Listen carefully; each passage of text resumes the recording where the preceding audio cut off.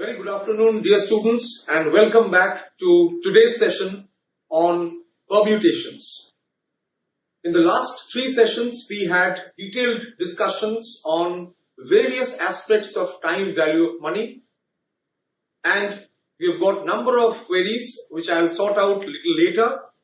Today's session is going to be on permutations and combinations. Today and tomorrow is the next day's session. We have got two classes and we are going to devote it specifically for permutations and combinations.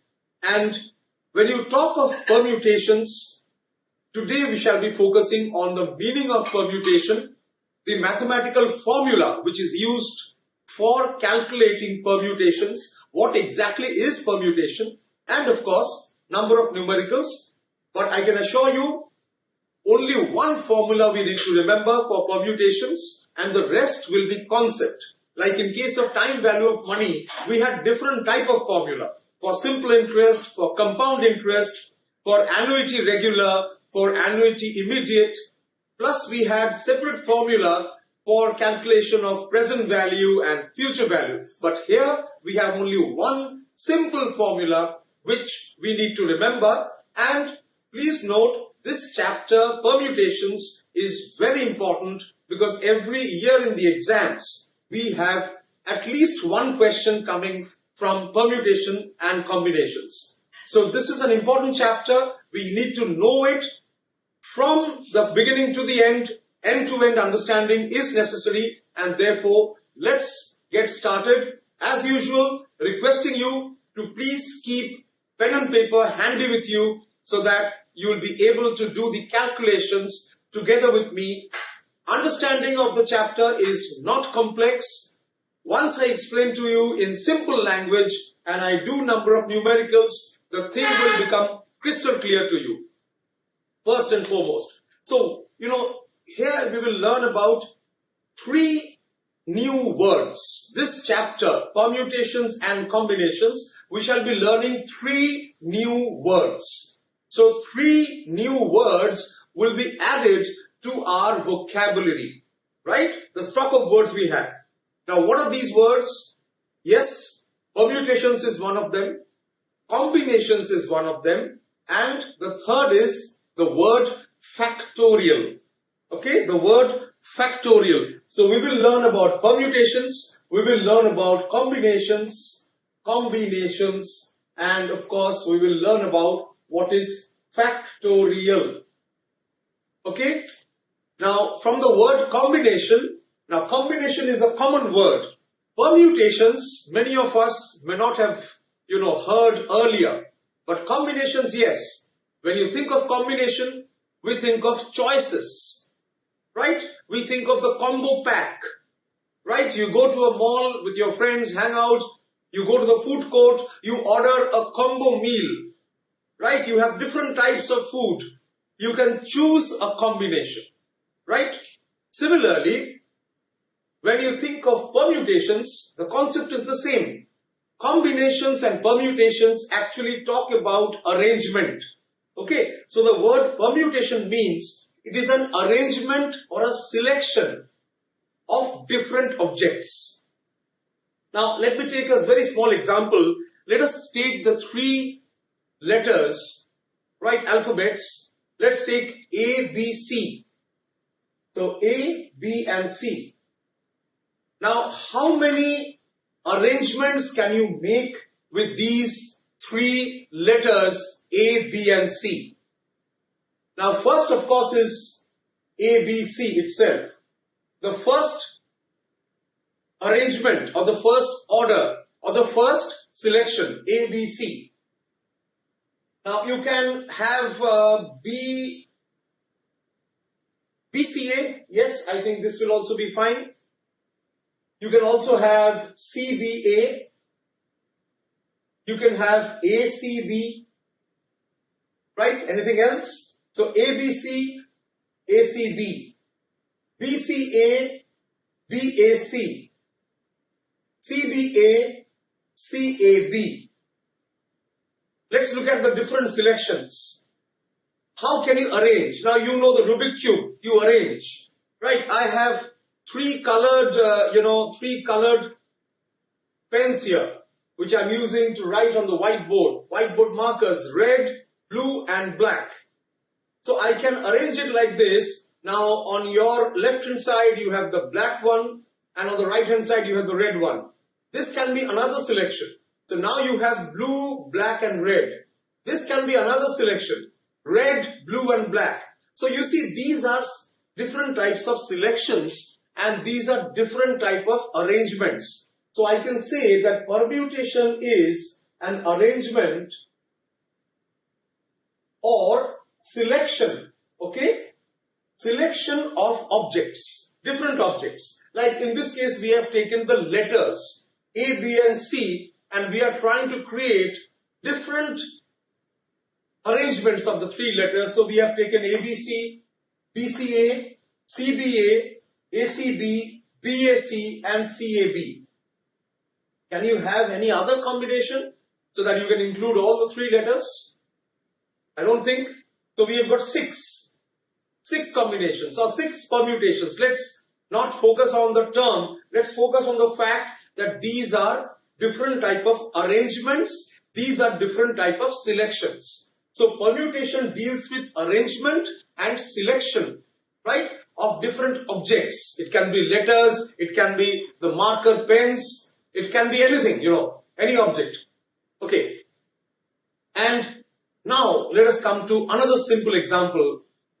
So before going into details of how to calculate this 6, now since we have 3 objects, it is easy to calculate the number of arrangements.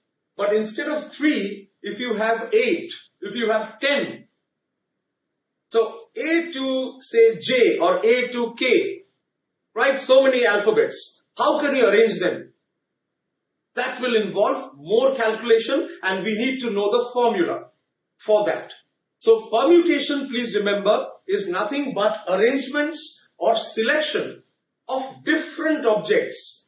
And this was a basic example to show you how we create different arrangements of the letters A, B and C.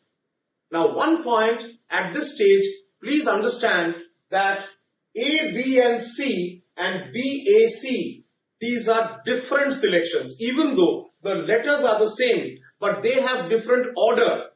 For example, in the first case, B appears in the second place. But in case of the second example, B appears in the first place. So these are different arrangements or different selections of letters, alphabets, right? So now let us take another small example.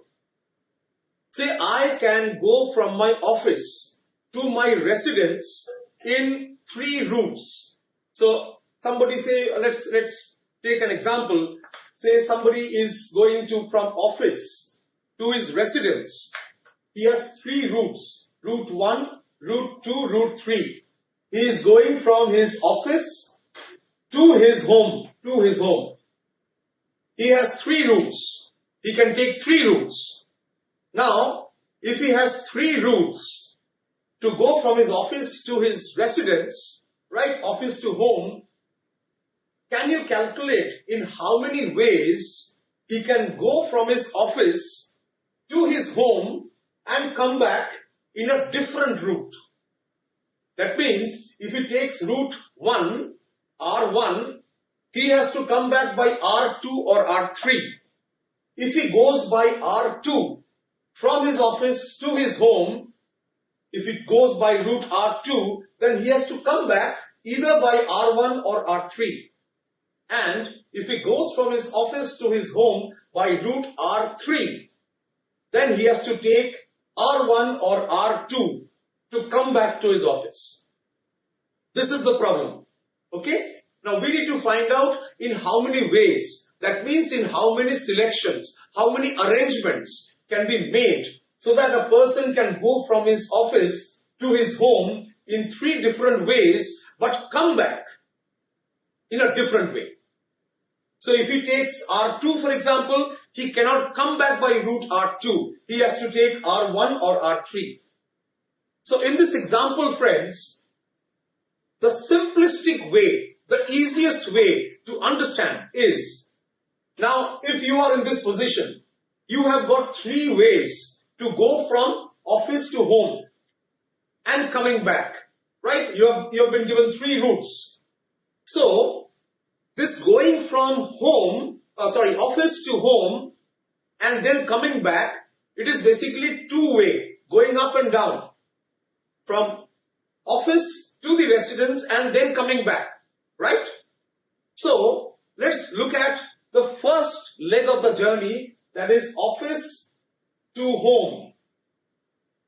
This is the first leg of the journey, number 1. And number 2 will be from home to office. O means office, H is home, right? So office to home and home to office, right? So let us look at how many arrangements are possible. Now, if you look at the first one, when I am going from office to home, how many arrangements can be done? You have got 3 routes. Since you are having 3 routes, so what are the possible options? You have R1, R2 and R3, which means you have 3 possible arrangements. So I am writing 3 here, right? So you have 3 arrangements. But the question is, if you take any one of them, you cannot come back by the same route. That means for going from your office to your home, you have 3 possible options, right? You have 3 arrangements, 3 selections, 3 choices, right? So these are the different terms which have the similar meaning to the word permutation. How many permutations? Means what? How many choices? How many options do you have? How many arrangements do you have? How many selections do you have? Okay?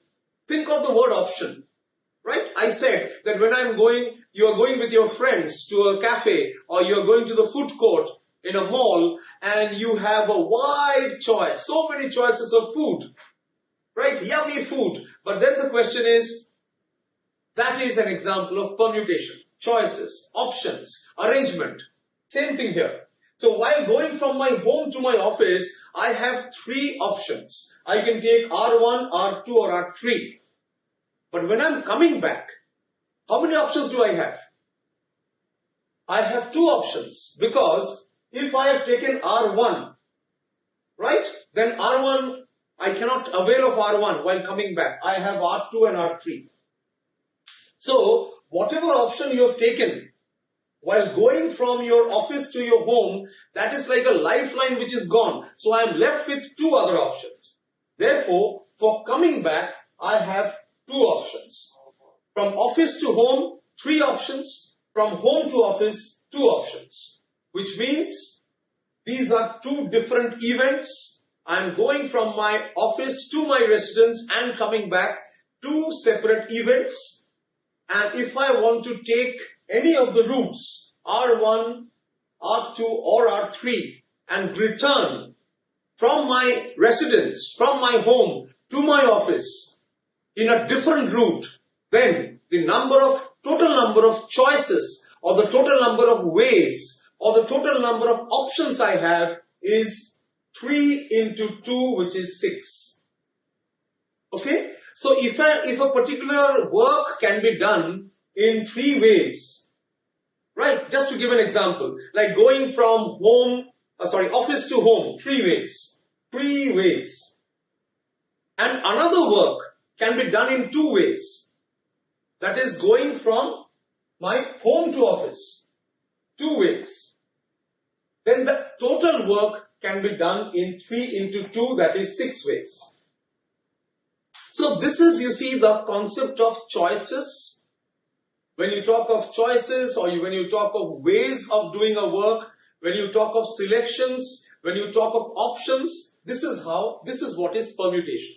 So permutation means selection, arrangement, number of ways, number of options to do something, or number of ways to arrange something.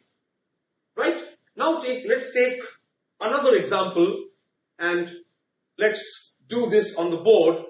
Now, say you have got 4 alphabets now, right? So I'm rubbing this part. We understood basic thing of permutation. That is, permutation is nothing but selection of different things. It can be choice, it can be the number of ways. And we saw that if in general, if there are m ways of doing a particular thing, right?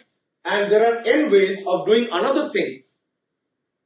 Work 1 and work 2, two pieces of work. M ways of doing this, n ways of doing this.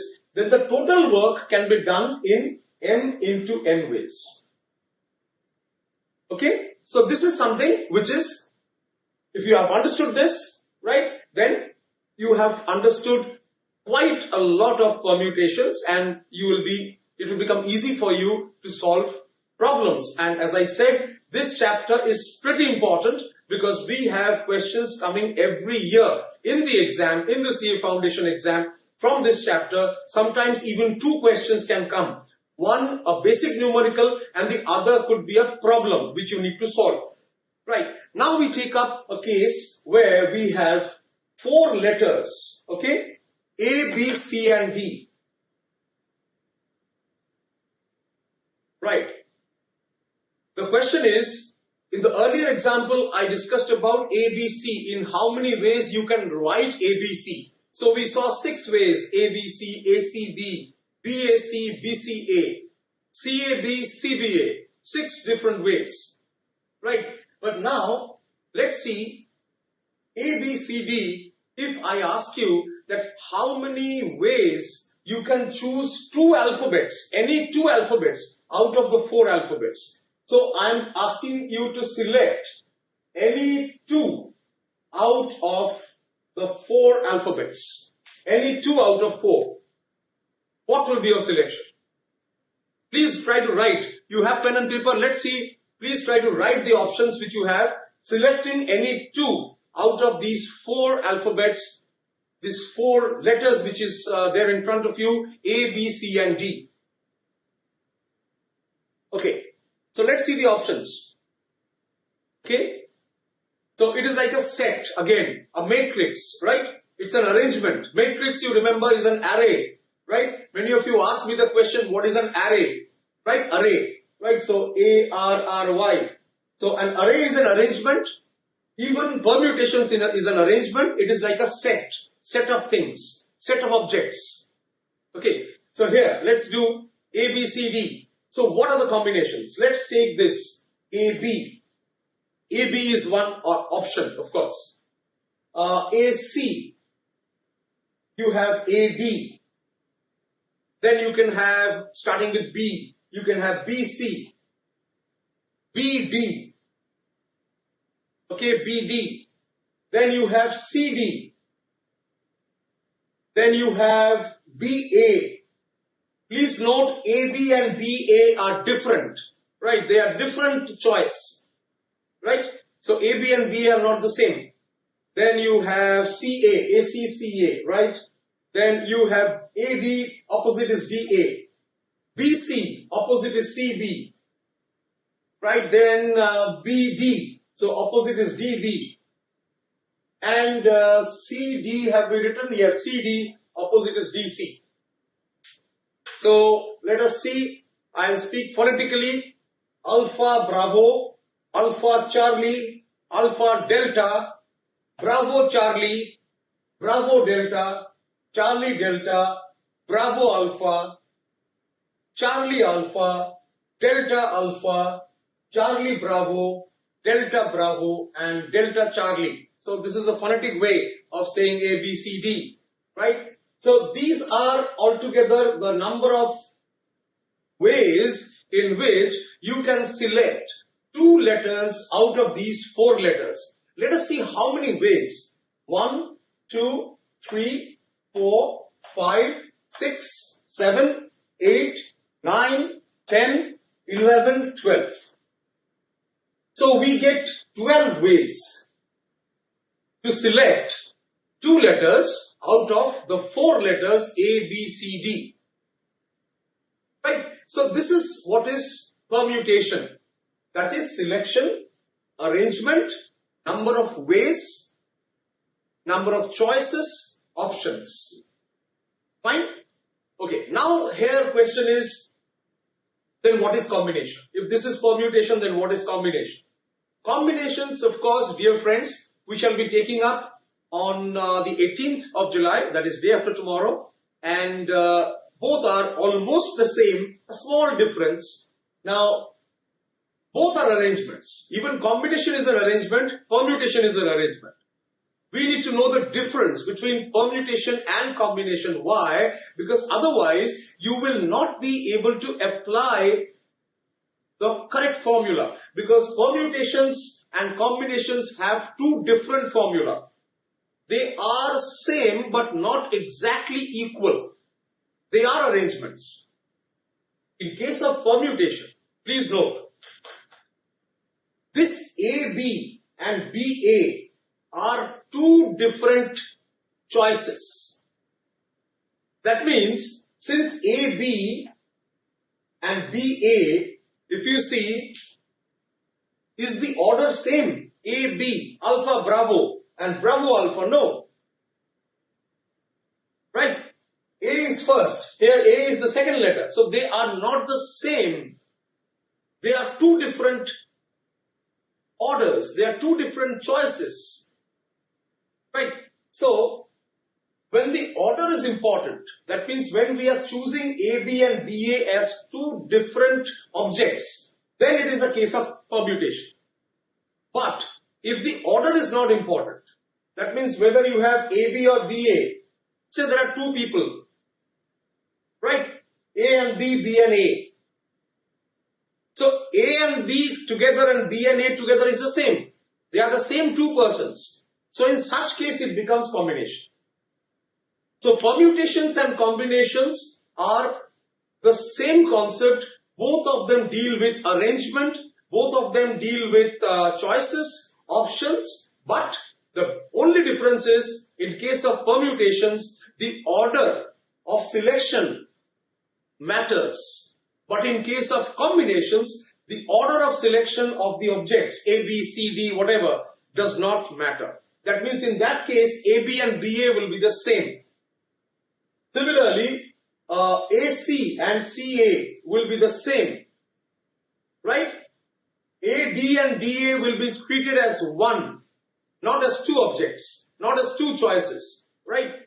So, the order will not matter in case of combination, but the order will matter in case of permutations. So, that is the only difference, and this much of understanding is enough for us to go through the chapter. And combinations, of course, we will see later in maybe on 18th. Okay. Right. So now, let us take some more examples. Okay. First, of course, we will now see the formula. We have to understand what is the formula for permutations. And then we will see some more examples and we will start solving. So, I was talking about the basic rule of permutation, that is, I was mentioning that small example that I can go from my office to my home in three ways, three routes, and I can go back from my home to my office in two ways, because I cannot take the same route, and so the total number of ways in which I can go from my office to my home and come back is 3 into 2, that is 6 ways. Right? This is called the multiplication rule. We have two rules here, multiplication, and we have the addition rules. Addition, right? Multiplication and the addition rule. Okay, so rule number 1 and rule number 2. What does rule number 1 say? Say, for example, you can, if you see the study material also, a classic example is given that if you can go to school by 5 different buses. So from your home, you are going to school or college, right? Now you are in college, so not school. I'll make it college. See, okay. From home to college, you have got, say, 5 different buses. So you have 5 buses to go from home to college. And if you have got, say, from college to home, if you have got, say, 6 routes, 6 buses. Okay, 6 different routes to come back. And you can take any route. That means You may take the same route also. You may adopt the same route. So, how many choices do you have? Going from home to your college and then coming back. How many options do you have in total? You have the product rule or the multiplication. That means 5 into 6, that is 30 ways. You have 30 ways. This is called the multiplication rule. That means if you can do a work in n ways, and if you can do another work or another selection in n ways, then the total work can be done in m into n ways. Okay? So this is the multiplication rule, and now you have the addition rule. So I think this is clear to you, very simple, just a case of multiplication, right? And now we go to the addition rule. Addition rule is, say, you can go from your home to your college. Say there are 4 or 5 routes, 5 bus routes. You have got 5 bus routes. Okay, 5 different routes by bus, by which you can go from you can travel from your home to your college. And say there are 4 auto rickshaws also. Auto rickshaws. Okay, they have a separate route. So you have 5 bus routes and 4 auto rickshaw routes to go from home to college. In this case, please see the difference between this situation. In the first situation, we were talking about going from your home to college and then coming back from college to home. 2 different routes, 2 different choices, 2 different circumstances, 2 different destinations. In the first case, your destination is college. In the second journey, right, your destination is from college to home. So 2 journeys, 2 types of work. One can be done in 5 ways, the other can be done in 6 ways. So in total, the entire work of going from home to college and then your home to college and then college to back to home, right? So this can be done in 5 into 6, that is 30 ways. So in 30 ways, total 30 ways, you can travel from your home to college and then from college back to your home. Okay? So this is how the product rule works, m into n. I can do a piece of work in m ways, I can do another piece of work in n ways. Okay? M and n. Okay? So m into n will give the product, and entire work can be done in m into n ways. This is multiplication rule. In the addition rule, the option is you are going from your home to your college. Fine, home to college. You have 5 bus routes and you have got 4 auto rickshaw routes. Question is, in how many ways can you go from your home to your college? How many options do you have? How many choices do you have? Because permutation is nothing but options, choices, arrangement. So how many ways? Okay, I have 5 ways. That means I can take any of the 5 buses, or I can take any of the 4 auto rickshaws. So I have 9 options, or I have 9 ways. Okay, so what are the options? Let's quickly write so that you can clearly understand. Right, so let us assume that the bus routes are B1, B2, B3, B4, B5. 5 bus routes. And there are 4 auto rickshaw routes. So it is A1, A2, A3, A4. You have been told that yes, you need to go from your home to your college, and you are free to select any of them. So I have total, I can take any of them to go to my college from my home.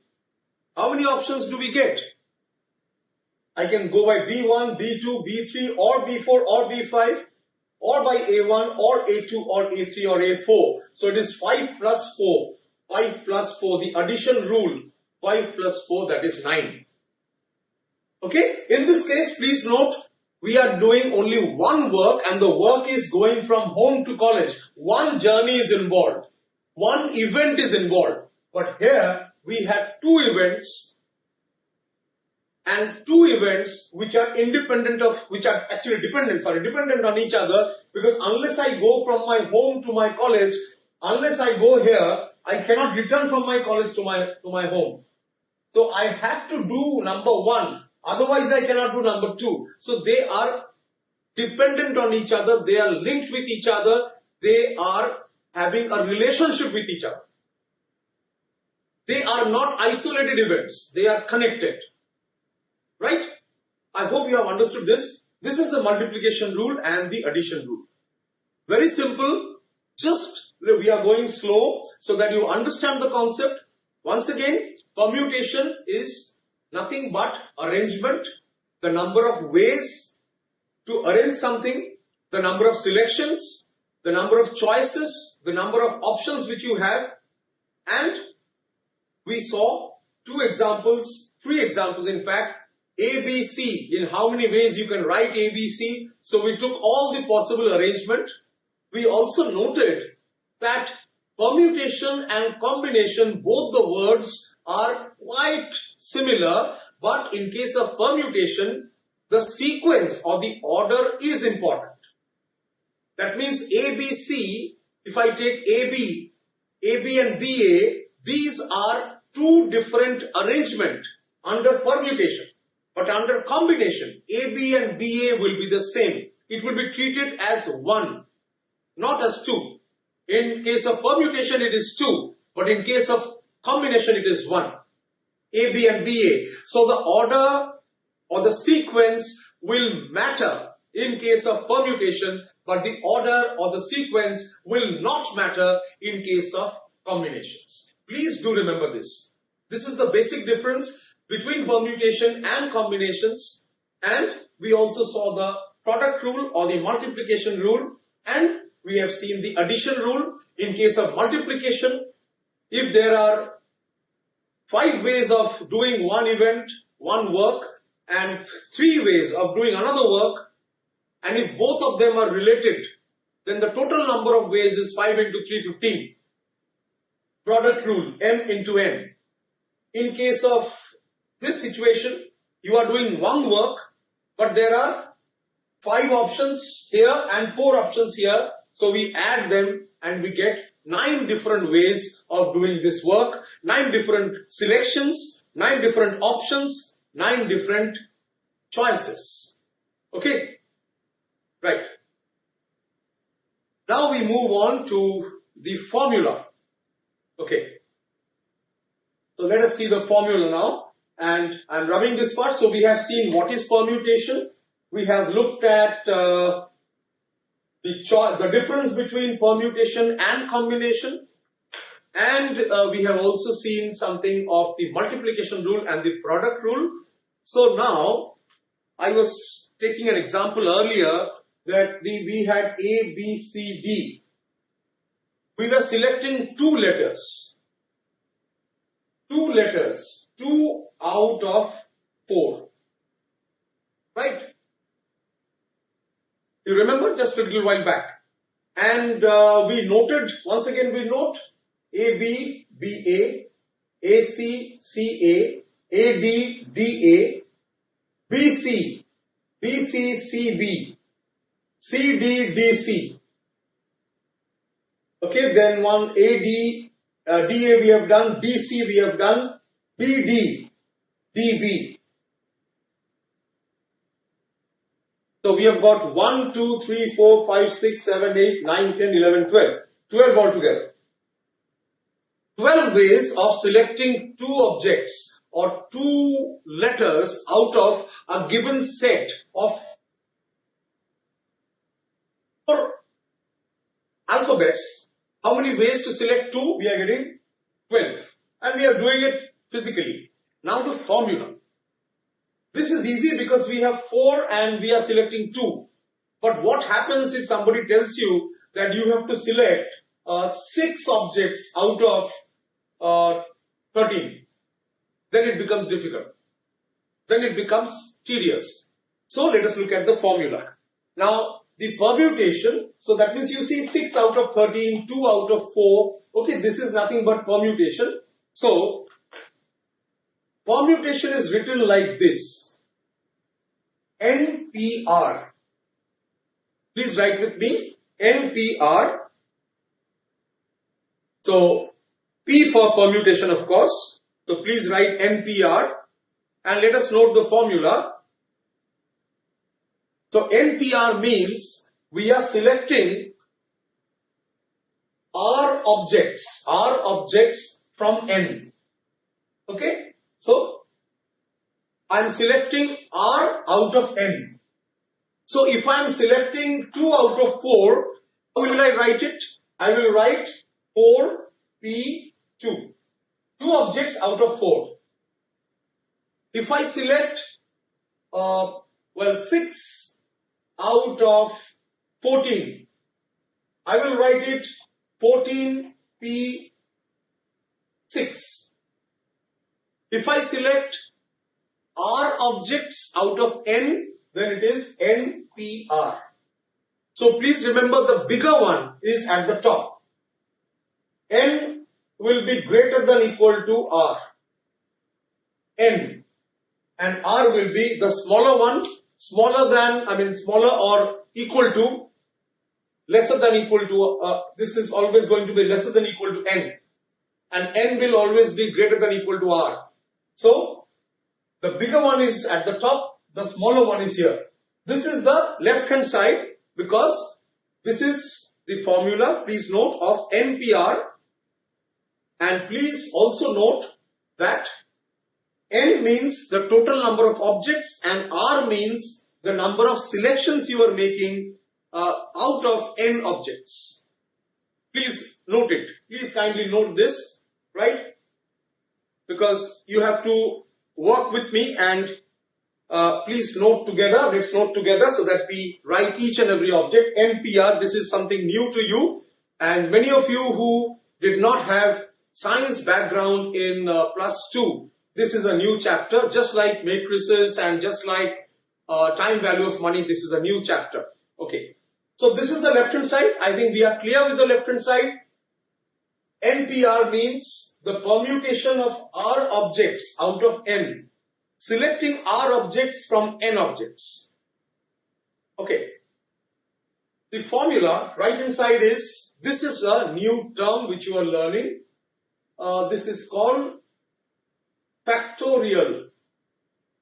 Factorial N divided by factorial N minus R. Okay, and if you see that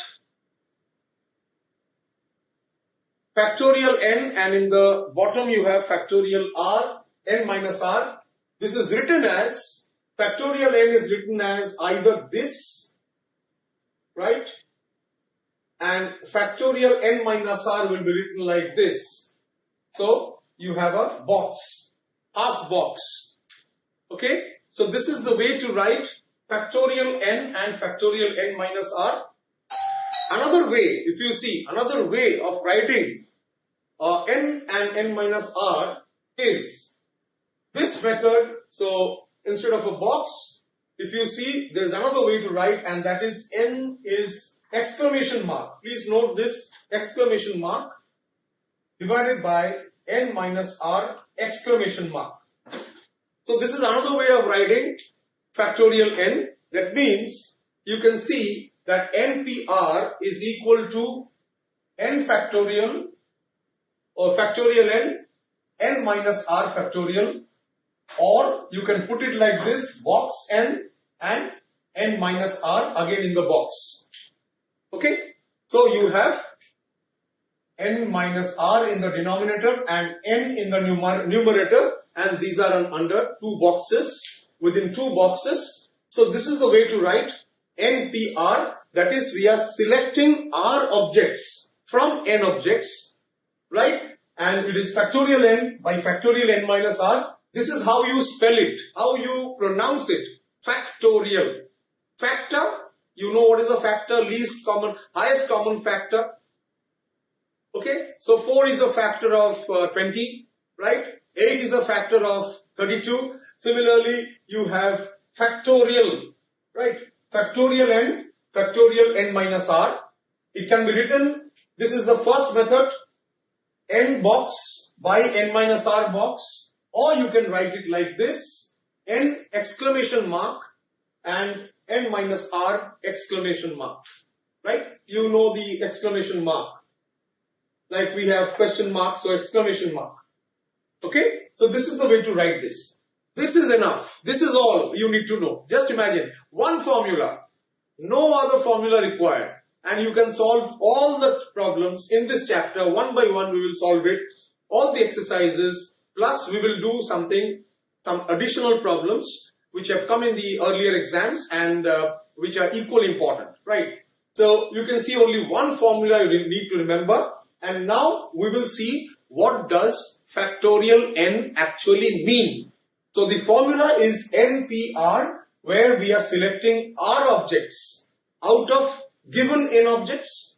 So if I have got 4 objects, I need to select 2. It is 4P2. If I have 20 objects, 20, and I have to select 5 out of them, so it is 20P5. The bigger one will be at the top. The lower one will be below. Okay. So NPR, this is the left hand side, and on the right hand side, we have this is equal to factorial N by factorial N minus R. There are 2 ways of writing this, either like a box, factorial N is like this and N minus R is this, or it can be like an exclamation mark, N exclamation divided by N minus R exclamation. So there are 2 ways of writing this. Okay.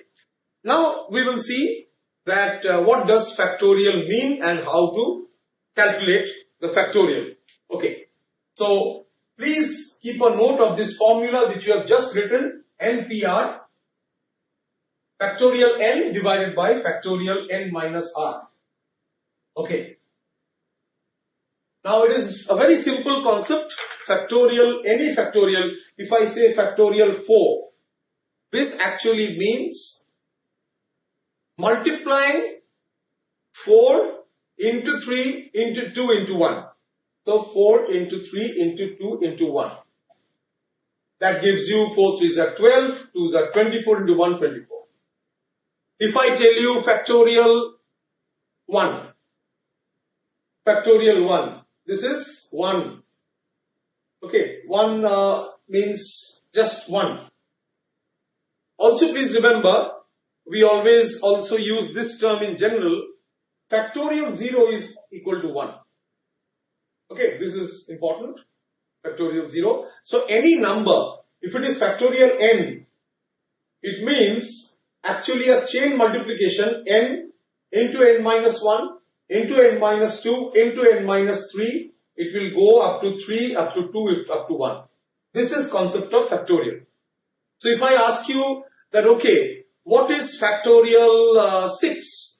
So 6 factorial, okay, different way of writing 6 factorial. This is very simple, 6 multiplied by 5, multiplied by 4, multiplied by 3, into 2, into 1. So it gives me 6 into 5, 30, 30 into 4, 120, 120 into 3 is 360, 360 into 2 is 720 into 1. So it is 720. Okay. So this is the concept of permutation, and this is what is called factorial. Factorial. So factorial means, factorial n means n into n minus 1 into n minus 2. That means we are reducing, going towards 1. So ultimately it will be 3 into 2 into 1. Okay. So this is the concept of permutation. We have also seen that in case of permutation, the order of the numbers or the order of the selection is important. But in case of combination, the order of the selection does not matter. Okay, right. And we also saw what is NPR, selecting 4 objects or the permutation of 4 objects from n objects. That we have seen. Now it's time for us to take some numbers. Okay, so factorial n we have seen is multiplying n into n minus 1 up to 1, and we have taken some examples. Factorial 4, factorial 1, we have seen factorial 0 by definition is 1, and factorial 6 is 6 into 5 into 4 into 3 into 2 into 1. Right. Now let us see some more examples and let's get familiar. Some calculations you need to do, so please keep your pen and paper handy. Okay, now please remember, here I want to just convey an important message to all of you. Friends, 2 types of problems can be expected from this chapter. In general, I am saying, one problem will come on factorial. Or they will ask you that, okay, you find 7p4. Or they give you 10p6. This type of numericals will come, which is based on factorial. This is one possibility. The other possibility is they'll ask you that, okay, if you want to select 7 books out of so and so number of books, so 5 chemistry books, 4 biology books, 8 accountancy books, 5 law books, how many selections you can do. So one will be problem based, one will be number based, okay, where you have to directly compute.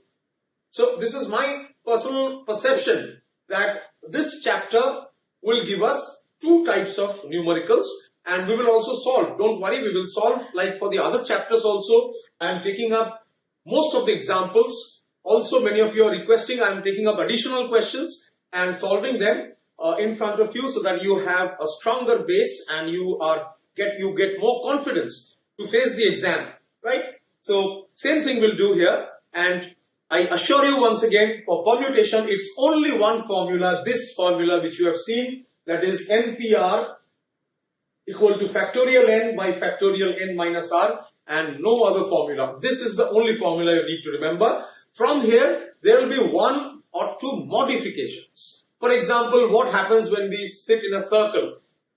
Okay, selection of objects which are in a circular way. So that will be a small modification. Other than that, there is no other formula you need to remember.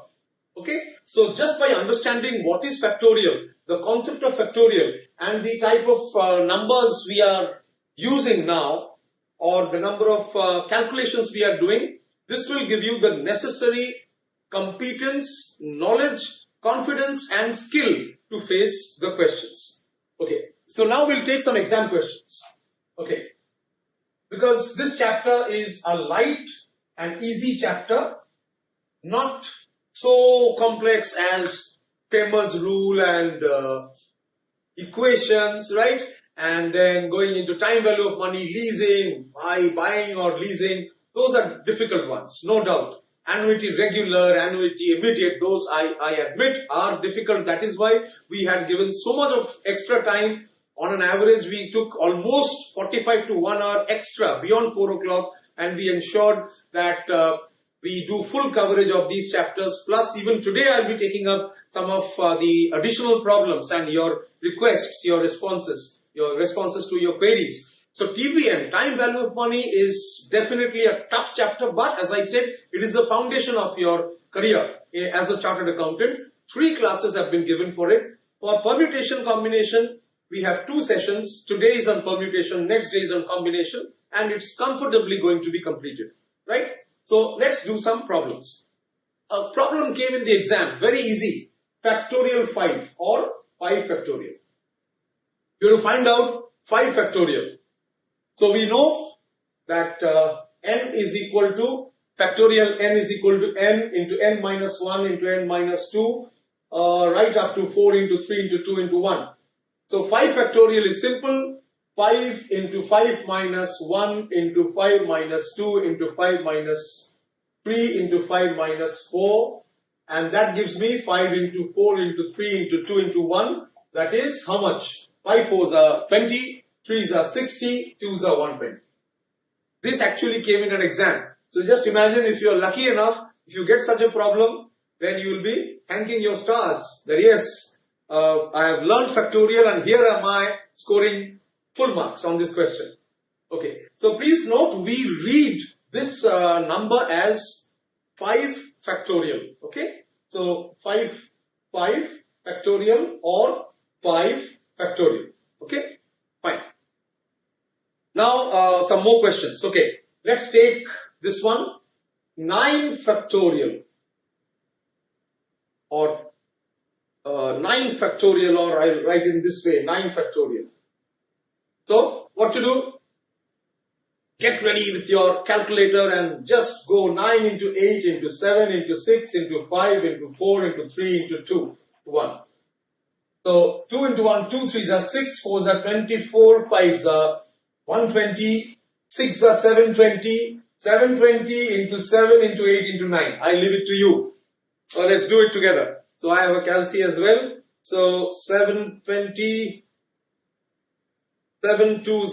into 8 into 9.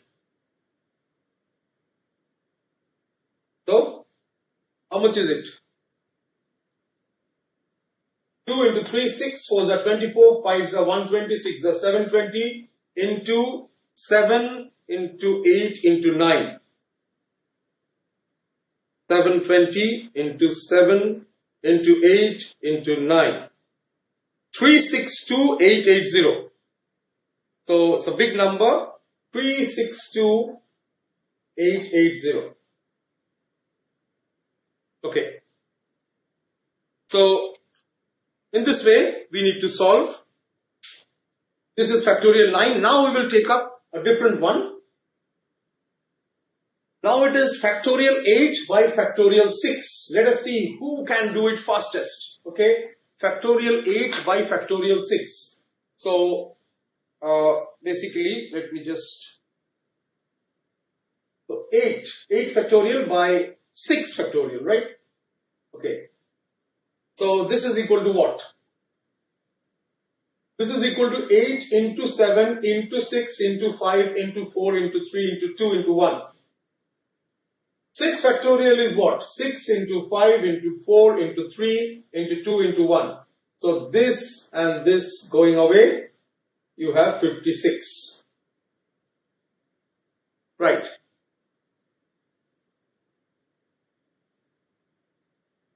Now we take, this is done. I hope this is easy. Okay. Now we take another one, 7 factorial by 5 factorial. Right, 5 factorial. 7 factorial by 5 factorial. So let us expand. First we expand this. Okay. So you have 7 into 6 into 5 into 4 into 3 into 2 into 1. 5 factorial is 5 into 4 into 3 into 2 into 1. So this and this cancels out. You have 7 into 6, which is 42. As easy as this. I hope now you are relaxed. Time value of money, oh yes, many people said, oh my God, what are we learning? So many formulas, so many complexities. I can understand that, I appreciate that. But then, as I said, unless there are little challenges, CA means it is nothing but facing challenges, learning how to adapt, learning new skills every day, right? It's a professional course, learning new techniques every day, enriching your mind and being more confident to face the professional world, right? That is CA. So therefore in CA you definitely have to learn so many things, and in mathematics also every day is new, but this is a relaxing chapter and not to worry about this chapter. Okay, now let us take 8 factorial. Okay, question is 8 factorial. We have done it, even though once more we do it. We have many friends who have joined and who are going to see the video later on. So let's take as many examples as possible to clarify yourself and to make sure that you are confident and you can solve any problems on this chapter. So 8 factorial.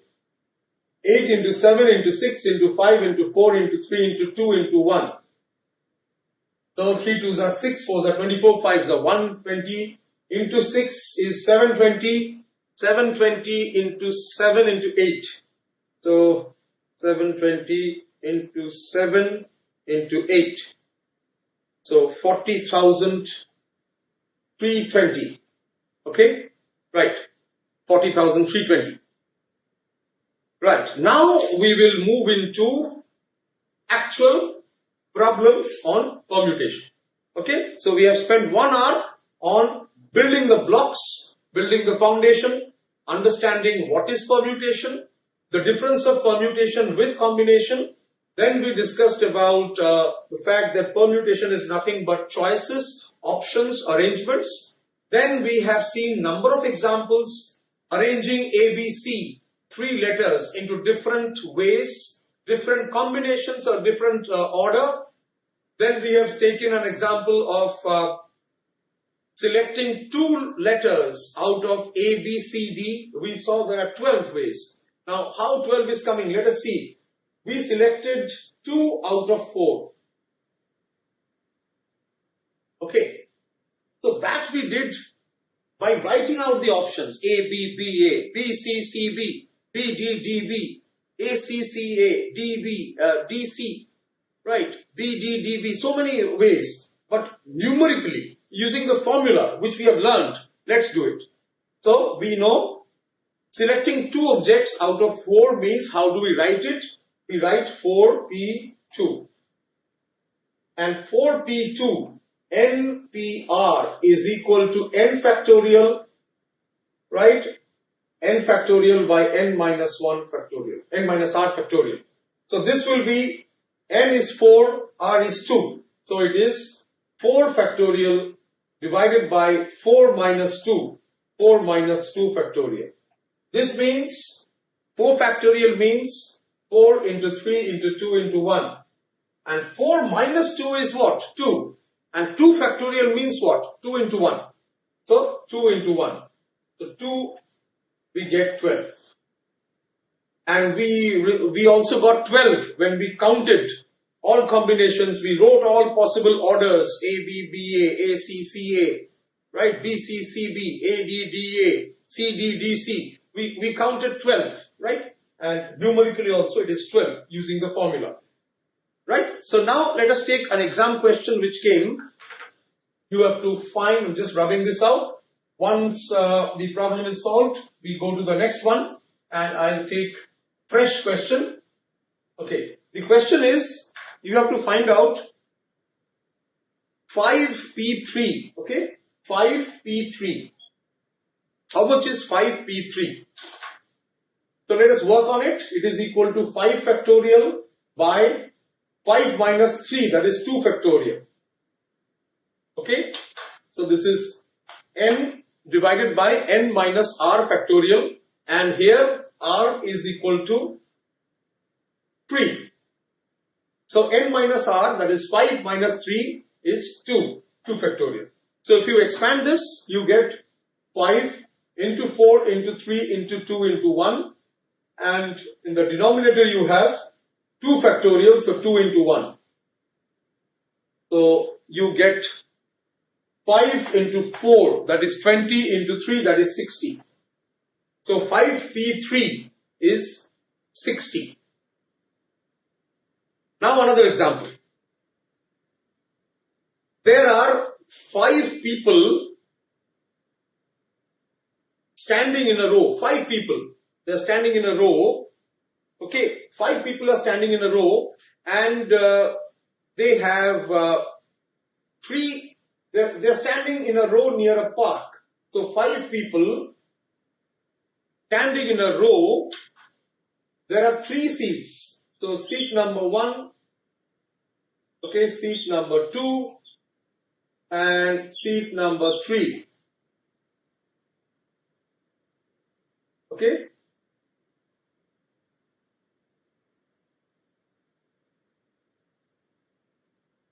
3 seats are there. Okay, let me just, okay.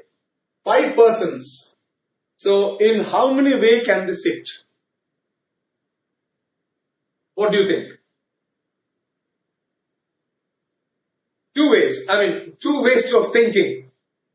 Process number one. 5 people are there.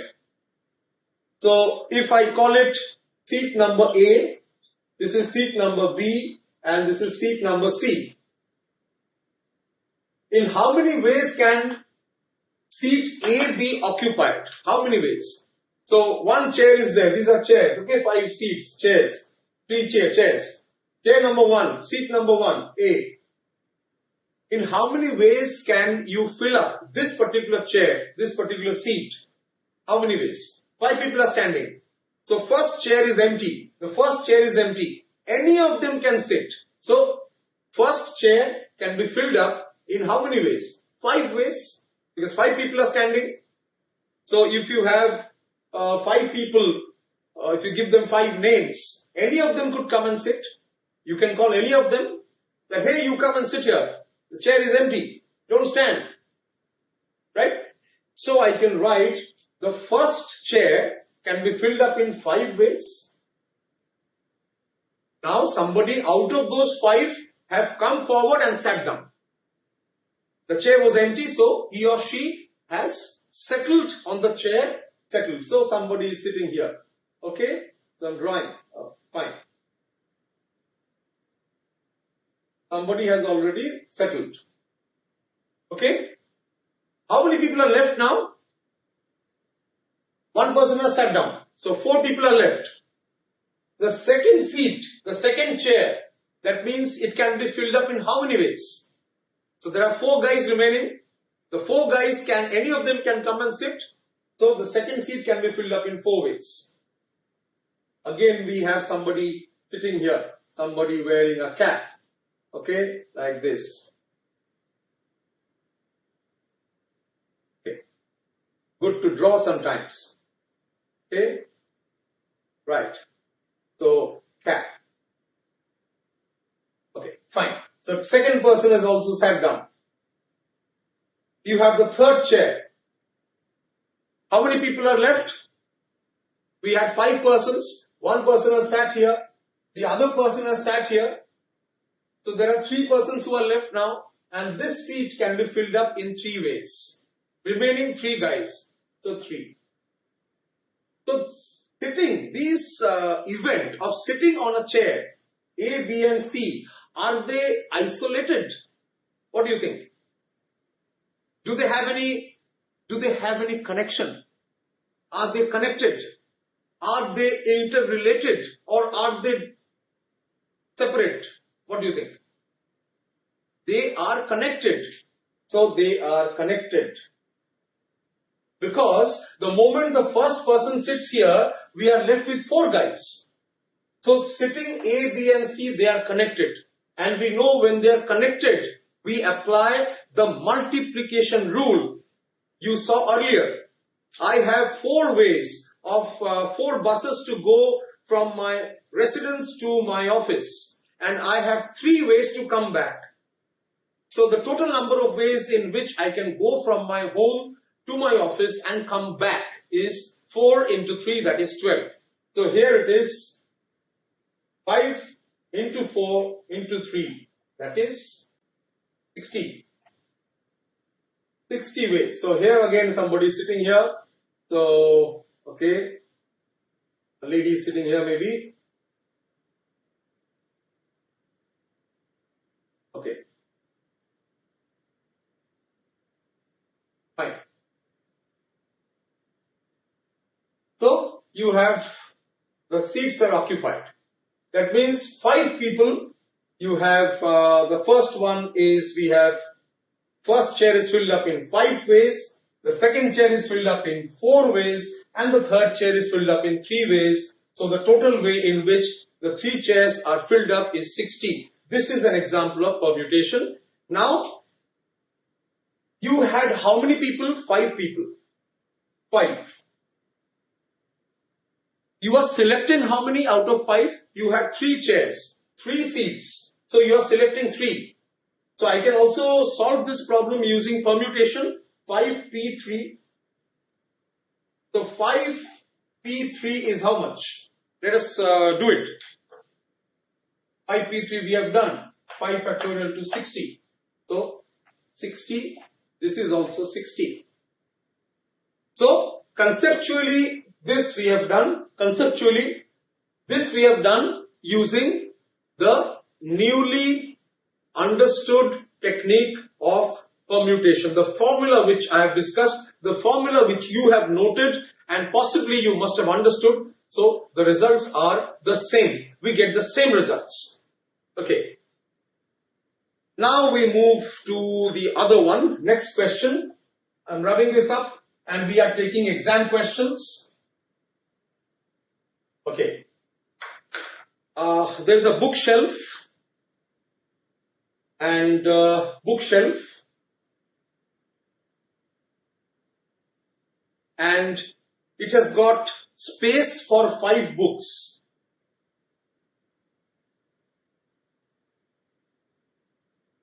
In how many ways can you arrange the books? In how many ways? Right? How many ways can you arrange the books? Can you arrange these 5 books? Okay. So you have book number 1, book number 2, book number 3, book number 4, book number 5. How many ways can you arrange them? Think.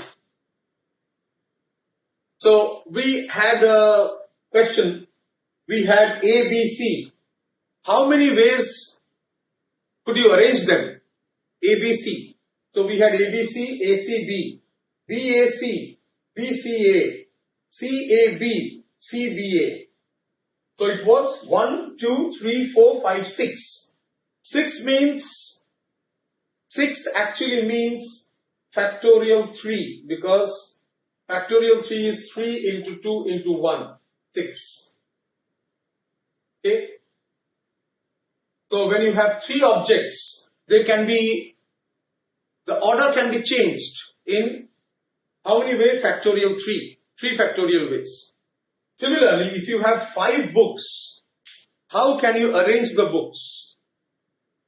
The shelf has got exactly the space for 5 books. You have got 5 books. How can you arrange? So the arrangement will be the same, 5 factorial way, or you can write in this way, 5 factorial. So it comes to how much? 5 into 4 into 3 into 2 into 1. 5 4s are 23s are 60, 2s are 120 ways. 120 ways. This is the first method, the first way of solving this, using concept, using logic, using our reasoning.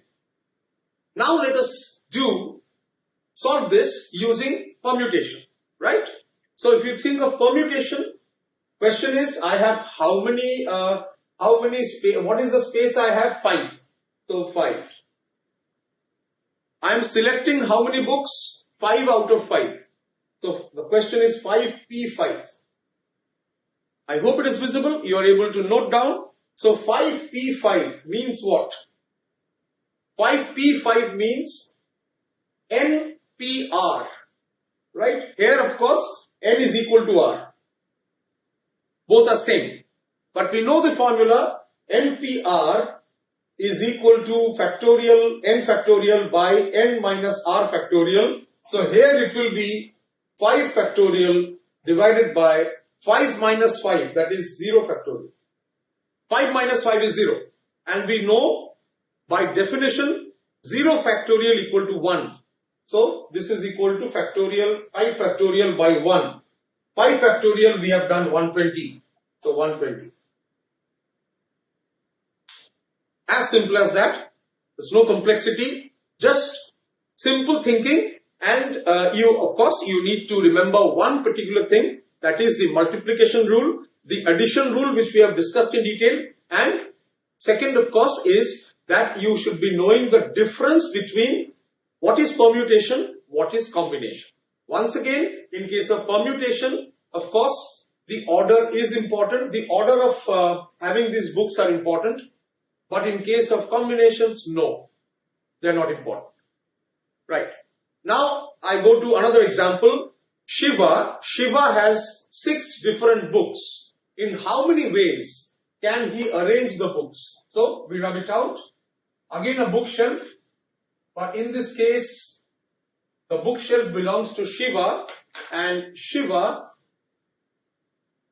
has a bookshelf with a space for 6 books, and he has got 6 books. In how many way, how many order, what is the number of choices available to Shiva to arrange these 6 books? Fundamental rule, we have seen that if you have 6 books, when we had 3 objects A, B, C, the rule was factorial 3. When we had 5 books, it is factorial 5. So for 6 books can be arranged in 6 factorial ways. In general, n can be arranged in n factorial ways. So 6 factorial is 6 into 5 into 4 into 3 into 2 into 1. So 6 5s are 30, 4s are 120, 3s are 360, 2s are 720. 720 ways. Right? I hope it is clear and simple. Now, a twist, small twist in the story. Now, Shiva has 6 books. Okay, he has 6 books, but the space is only for 3 books. The bookshelf has a space where he can fit only 3 books, but he has got 6 books. So, in how many ways can the books be arranged? Here, it is nothing but 6P3. Selecting 3 books out of 6, because the gap which is there in his bookshelf has space for 3. He has 6 books. So number of choices we have to find out is 6P3. Here n is equal to 6, r equal to 3. So we are calculating 6P3. What is 6P3? Let's do it. Okay, 6P3. So this is equal to 6 factorial by 6 minus 3 factorial. 6 minus 3 factorial. So this is equal to, let's do, it is 6 into 5 into 4 into 3 into 2 into 1. And denominator we have 6 minus 3, that is 3 factorial. 3 factorial is 3 into 2 into 1. So 3 cancels out, 2 cancels out, 1 cancels out. You have 6 into 5, that is 30 into 4, that is 120. 120 ways. Okay. Right? I hope this makes sense. Not very tough. Right? I hope at least you have some relaxing chapters. Of course, I appreciate your patience, your hard work, and I pray to the Almighty that all of you become successful in the exam. I understand the stress and the challenge you're facing. You have accounts, you have law, you have mathematics, statistics, quite a vast syllabus, of course. You have BCK, economics. Many of these are new concepts, but fortunately, by the grace of the Almighty, this is an easy chapter. This chapter is not that tough. Okay. And most of the stuff we are doing, I'm sure all of you on the other side are also working on it and arriving at the correct result. That's most important. Fine. Next one we move on is, we'll take up the next question. That is, there are 7 soft drink cans in the kitchen. So, 7 soft drink can. How can you, in how many ways can you arrange them in a shelf? So you have a shelf here. In how many ways can you arrange the cans, soft drink cans on the shelf? So, 3 objects can be arranged in 3 factorial ways. N objects can be arranged in n factorial ways. So 7 objects can be arranged in 7 factorial ways. So 7 factorial is equal to 7 into 6, into 5, into 4, into 3, into 2, into 1. That is 3 2s are 6, 4s are 24, 5s are 120, 126 are 720, and 720 into 7 is 72 into 7, 5040. 5040, yes. Okay. Other way of doing it is 7 cans, 7 places. So you are selecting 7 out of 7. So it is 7p7. This is equal to npr, that is n factorial divided by n minus r factorial. So here it is 7 factorial divided by 7 minus 7 factorial. 7 factorial we have seen, 5040. 7 factorial we have seen, right? We have done 5040. Divided by 7 minus 7 is what? 0. 0 factorial is 1. So 5040 by 1, that is 5040. The same answer. We have got the same answer. This one, both are correct. Both the process are correct. So this is on permutation. Right. Now, same question, little twist. I leave it to you. You can do it and you can tell me the answer. 7 soft drink cans in the kitchen, but you can only select 4. The space which you have so many containers. Okay, so many containers. So the space which you have, this much, can store only 4. You have space for only 4 cans. So in how many ways can you select? Okay, in how many ways can you select? So in this case, what will happen?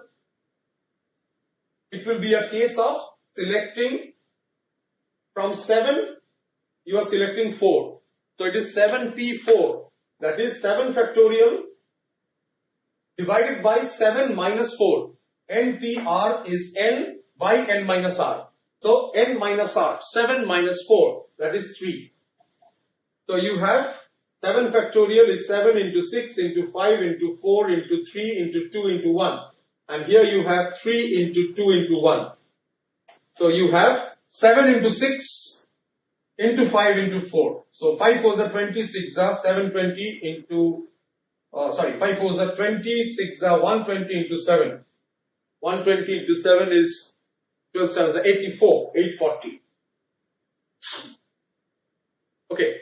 So there are 840 permutations. Now I think the word permutation seems easy. It means choices, it means arrangement, it means options, how many ways, how many selections. These are all different meanings of the word permutation. Okay, now I request you to take up page 5.3 of the study material. Okay, by 5.3 of the study material, let us see the simple example given. Now it will be like crystal clear. Page 5.3. Example number 5. Page 5.3, example number 5. Please open the study material. Page 5.3, example 5.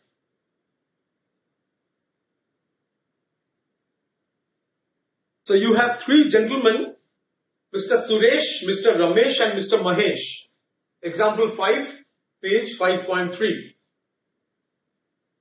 Now, how many films does the photographer need? They are standing in a row and they want to take films. They want to click pictures. So, how many photos have to be taken?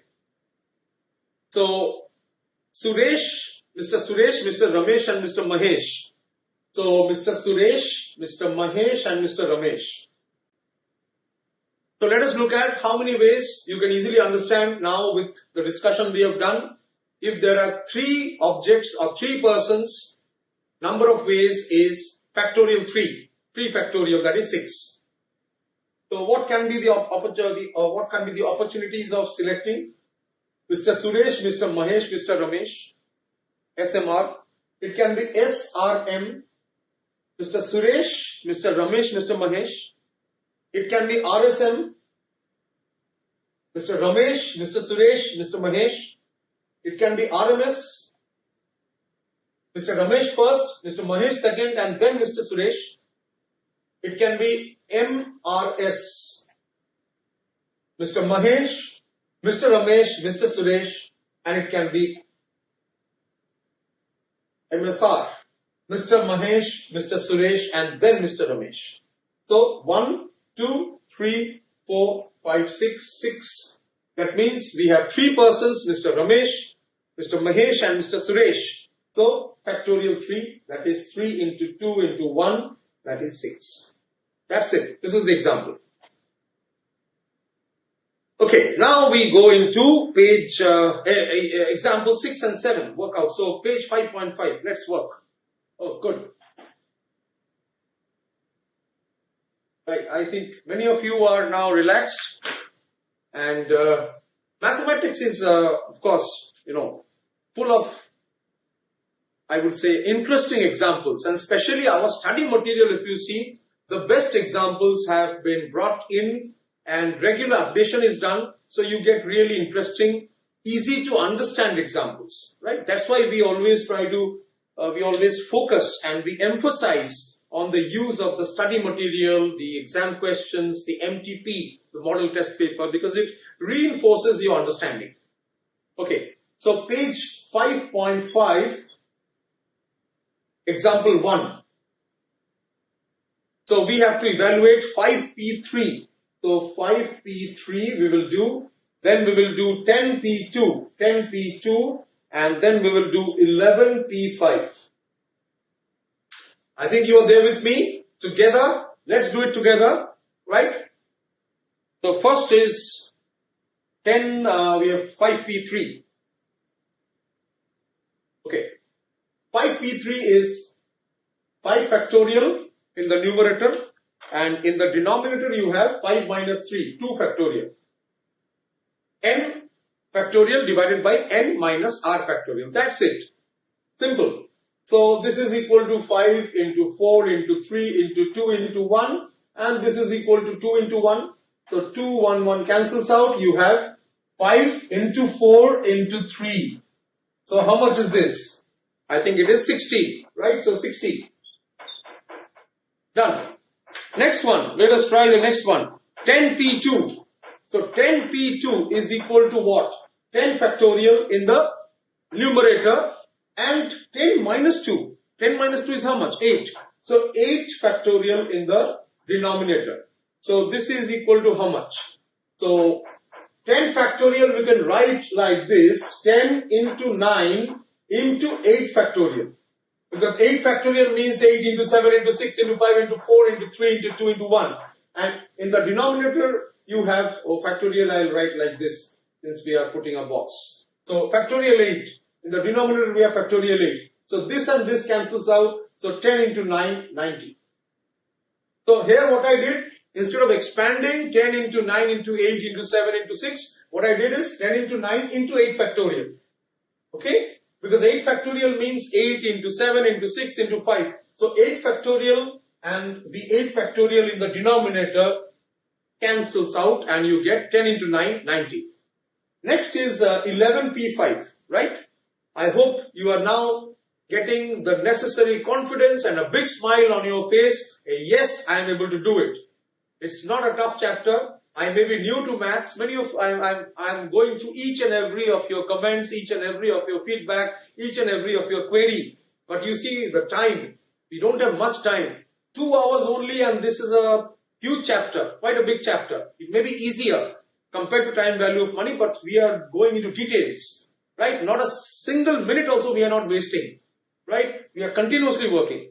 So I understand, but then please also note that let's work together and make sure I read each and one of your comments and I try to give as many answers as possible, acknowledging your names also, but make sure that you work hard and do as many problems as possible within this short time. Whatever extra time you have, utilize for solving as many practical problems under exam conditions, not only for mathematics but for other subjects also, and try to make sure that I'm sure all of you will be successful, and the way in which all of you are putting in your efforts, I'm sure so much of effort, so much of focus. I go through the questions, it shows all of you are serious, and please go on following the live virtual classes, the BCCs of the Institute, and those of you who have not received your, if you are unable to download the presentations, please see the link. It is given in the BOS Knowledge Portal, and all the PPTs are uploaded for all the subjects. Plus, we also send the responses to individual queries to the extent possible. You see the time, for example, this time yesterday, I received more than almost 300 queries. And of course, many feedback has come. Many of you are appreciating the classes. Many of you said that you are able to understand the way I teach, right? You are following. That is really encouraging for us. And definitely, we are making sure to provide as much of support to you as possible, as much of guidance to you as possible. And even though all of you are scattered throughout the country, we are connected thanks to the ICAI channel, thanks to the ICAI efforts. So we should always respect and uphold ICAI and make sure all of you become members of this prestigious community, Chartered Accountants. Okay, let's do 11P5 now quickly. So 11P5 will be 11 factorial minus 11 minus 5, that is factorial 6 factorial. So 11 factorial, now I'll break up 11 into 10 into 9 into 8 into 7 into 6 factorial. I'm not writing 6 factorial further, 6 factorial, and denominator we have 6 factorial here. So 6 and 6 cancels out. So we have 7 into 8 into 9 into 10 into 11. Let me just use a calculator. So 7 into 8 into 9 into 10 into 11, I think 55,440. So 55,440. Okay, so this is example 1, page 5.5. Now we proceed to example 8. Now the real serious stuff comes, problems, and I'm sure you will do well. Okay, please go to example 2. Okay, now I'm rubbing this. 5P3, 60, 10P2, 90, 11P5, 55, 440. Rubbing this out. And now we have example 2. Let's take 2A. 2A. There's a word square. S-Q-U-A-R-E. Square. How many 3-letter words can you form using the letters of the word square? And then there is another word, hexagon. Hexagon. So this is, we solved it here. This one we solve here. So square, how many letters are there? S-Q-U-A-R-E. 6 letters. Okay, so I write 6. Fine. How many letters I have to select? The question says, example 2, page 5.5. So I think the question says, how many 3-letter words? 3-letter. 1, 2, 3. 3-letter words. So it's 6P3. 6P3 is how much? 6 factorial by 6 minus 3. That is 3 factorial. So this is 6 into 5 into 4 into factorial 3, and the denominator is again factorial 3. So we have factorial 3 and this connects. So 6 into 5 into 4. 6 5s are 30 into 4 120. So you have 120 ways. Right? And now hexagon. Hexagon. So H-E-X-A-G-O-N. How many letters? 7 letters. So I write 7. And P. I have to select 3 letters. 3. 1, 2, 3. So it is 7P3. So this is equal to factorial. 7 factorial divided by 7 minus 3 factorial. That is 4 factorial. So this is equal to 7 into 6 into 5 into factorial 4, and denominator we have factorial 4 already. So this and this cancels out. So you have 7 into 6 into 5. How much is that? 7 into 6 is 42. 42 into 5 is 210. So the answer is 210. This is as easy. Okay. Now, yes, so now we go into example 3. Page 5.5, example 3. So we are solving, and I request everyone to note step by step, understand, get the confidence, get your, composure that yes, no worries on this chapter, and let's go ahead. Okay. Example number 3. Okay. In how many different ways can 5 persons stand in a line? So 5 persons standing beside each other. 5 persons for a group photograph. Okay, 5 persons. So if there are 3 persons, say we have, let's call it X, Y and Z. 3 persons are standing. X, Y, Z. So how many ways can you do it? In fact, like say this one. Okay, two marker pens, red, blue. If I have 2, okay, I'll do it for 2 and 3. I'll do it for first 2 and then we'll see 3. 3 and then we will find 5. If I have a red and blue, red and blue. Okay, so from your side, red is on the left, blue is on the right.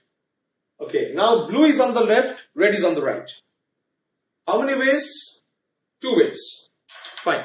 So I write for 2 objects, it is 2. Now you have 3 objects. Black, blue, red.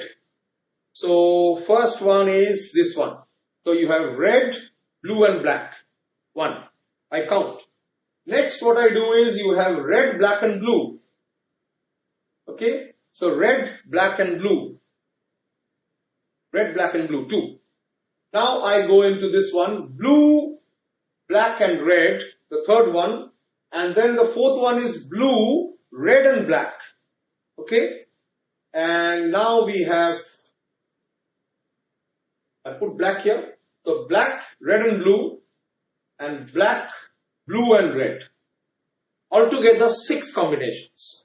Okay. 6 choices you can say. Okay. So therefore when there are 3 objects it is 6. 2 it is 2. That means what is the formula? The formula is what? Factorial 2. 3 is factorial 3. That gives you 6. So for 5 it will be factorial 5. We have done this earlier. So 5 persons standing. 2 ways of doing it. First is by using this logic.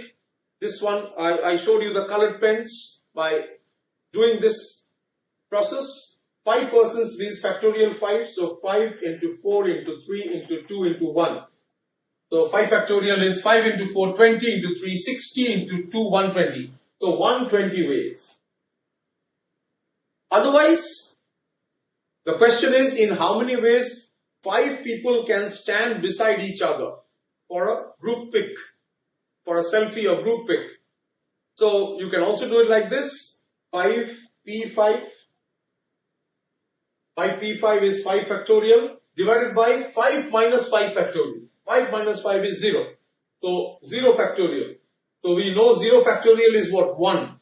And 5 factorial we have got 120. So 120 by 1, that is 120.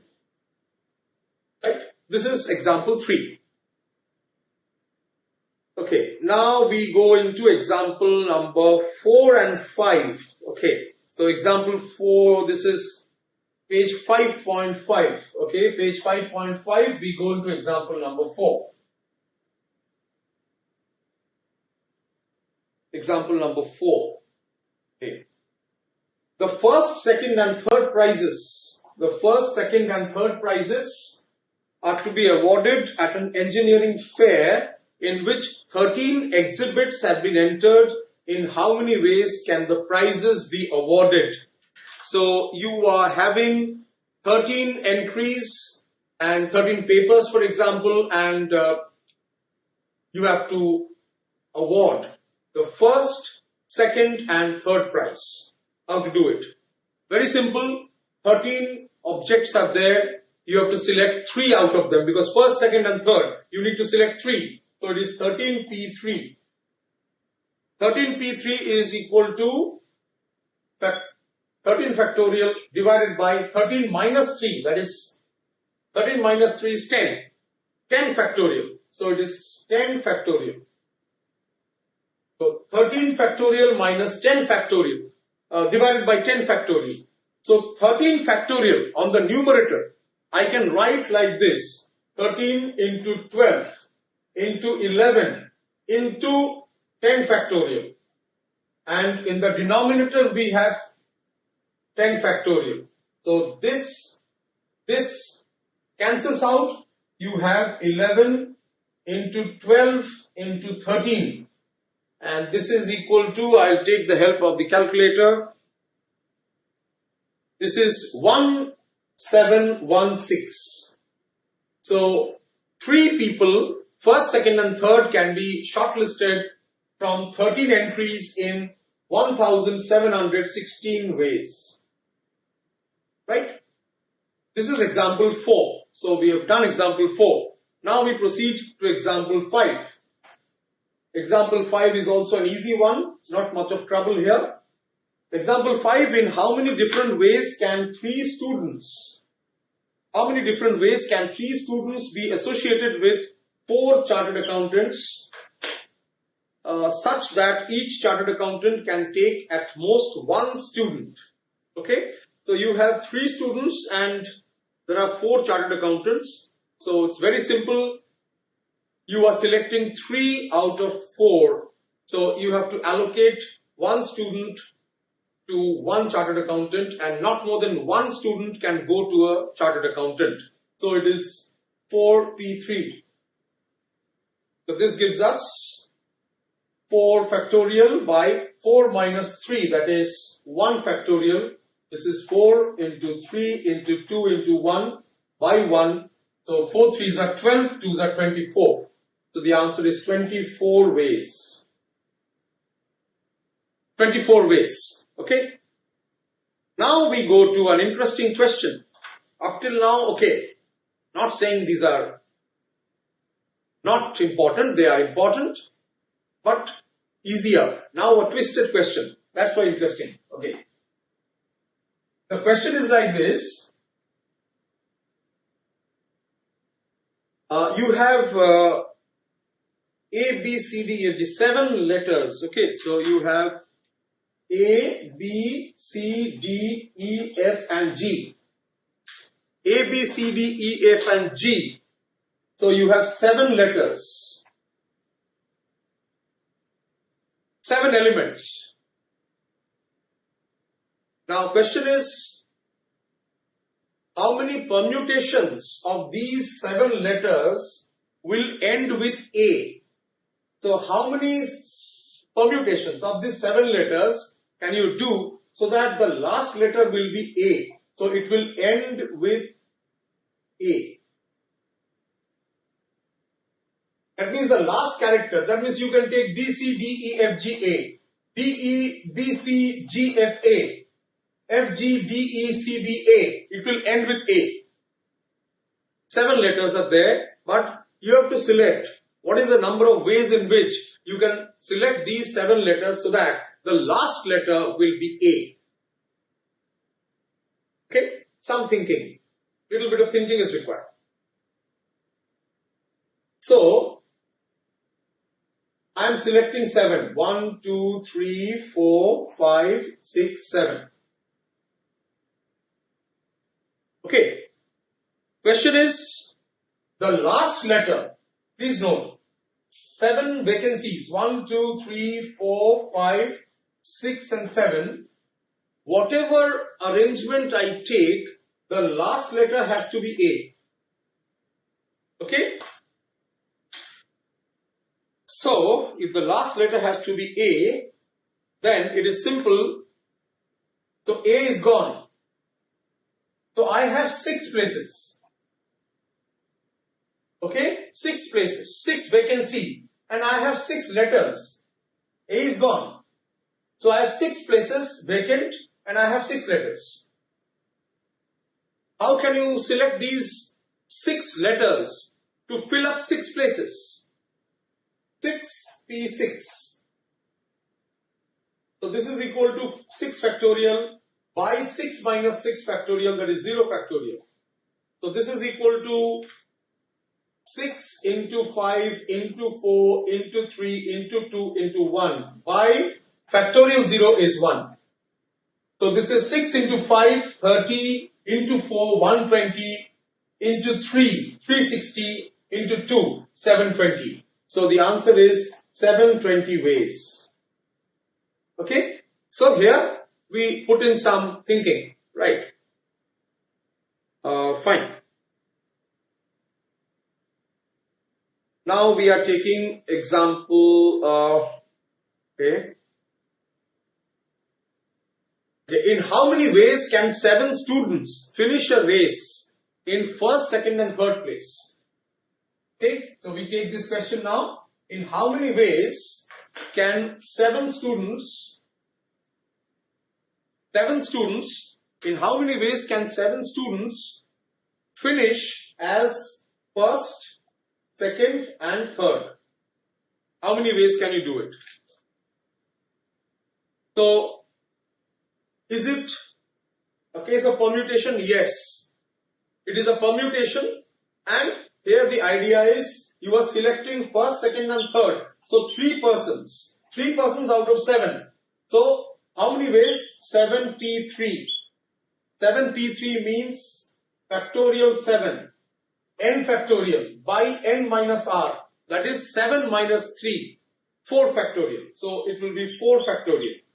So this is equal to 7 into 6 into 5 into 4 factorial, and in the denominator you have 4 factorial, 4 factorial. This and this cancels out. So you get 7 into 6 into 5. So that is 210. So there are 210. 210 is the answer. So the answer is 210 possible outcomes you can have such that you are able to select first, second and third out of 7 students. Okay. Now we go to another exam question, right? Came in the foundation exam and also very important for all of you. If NP3 equal to 60,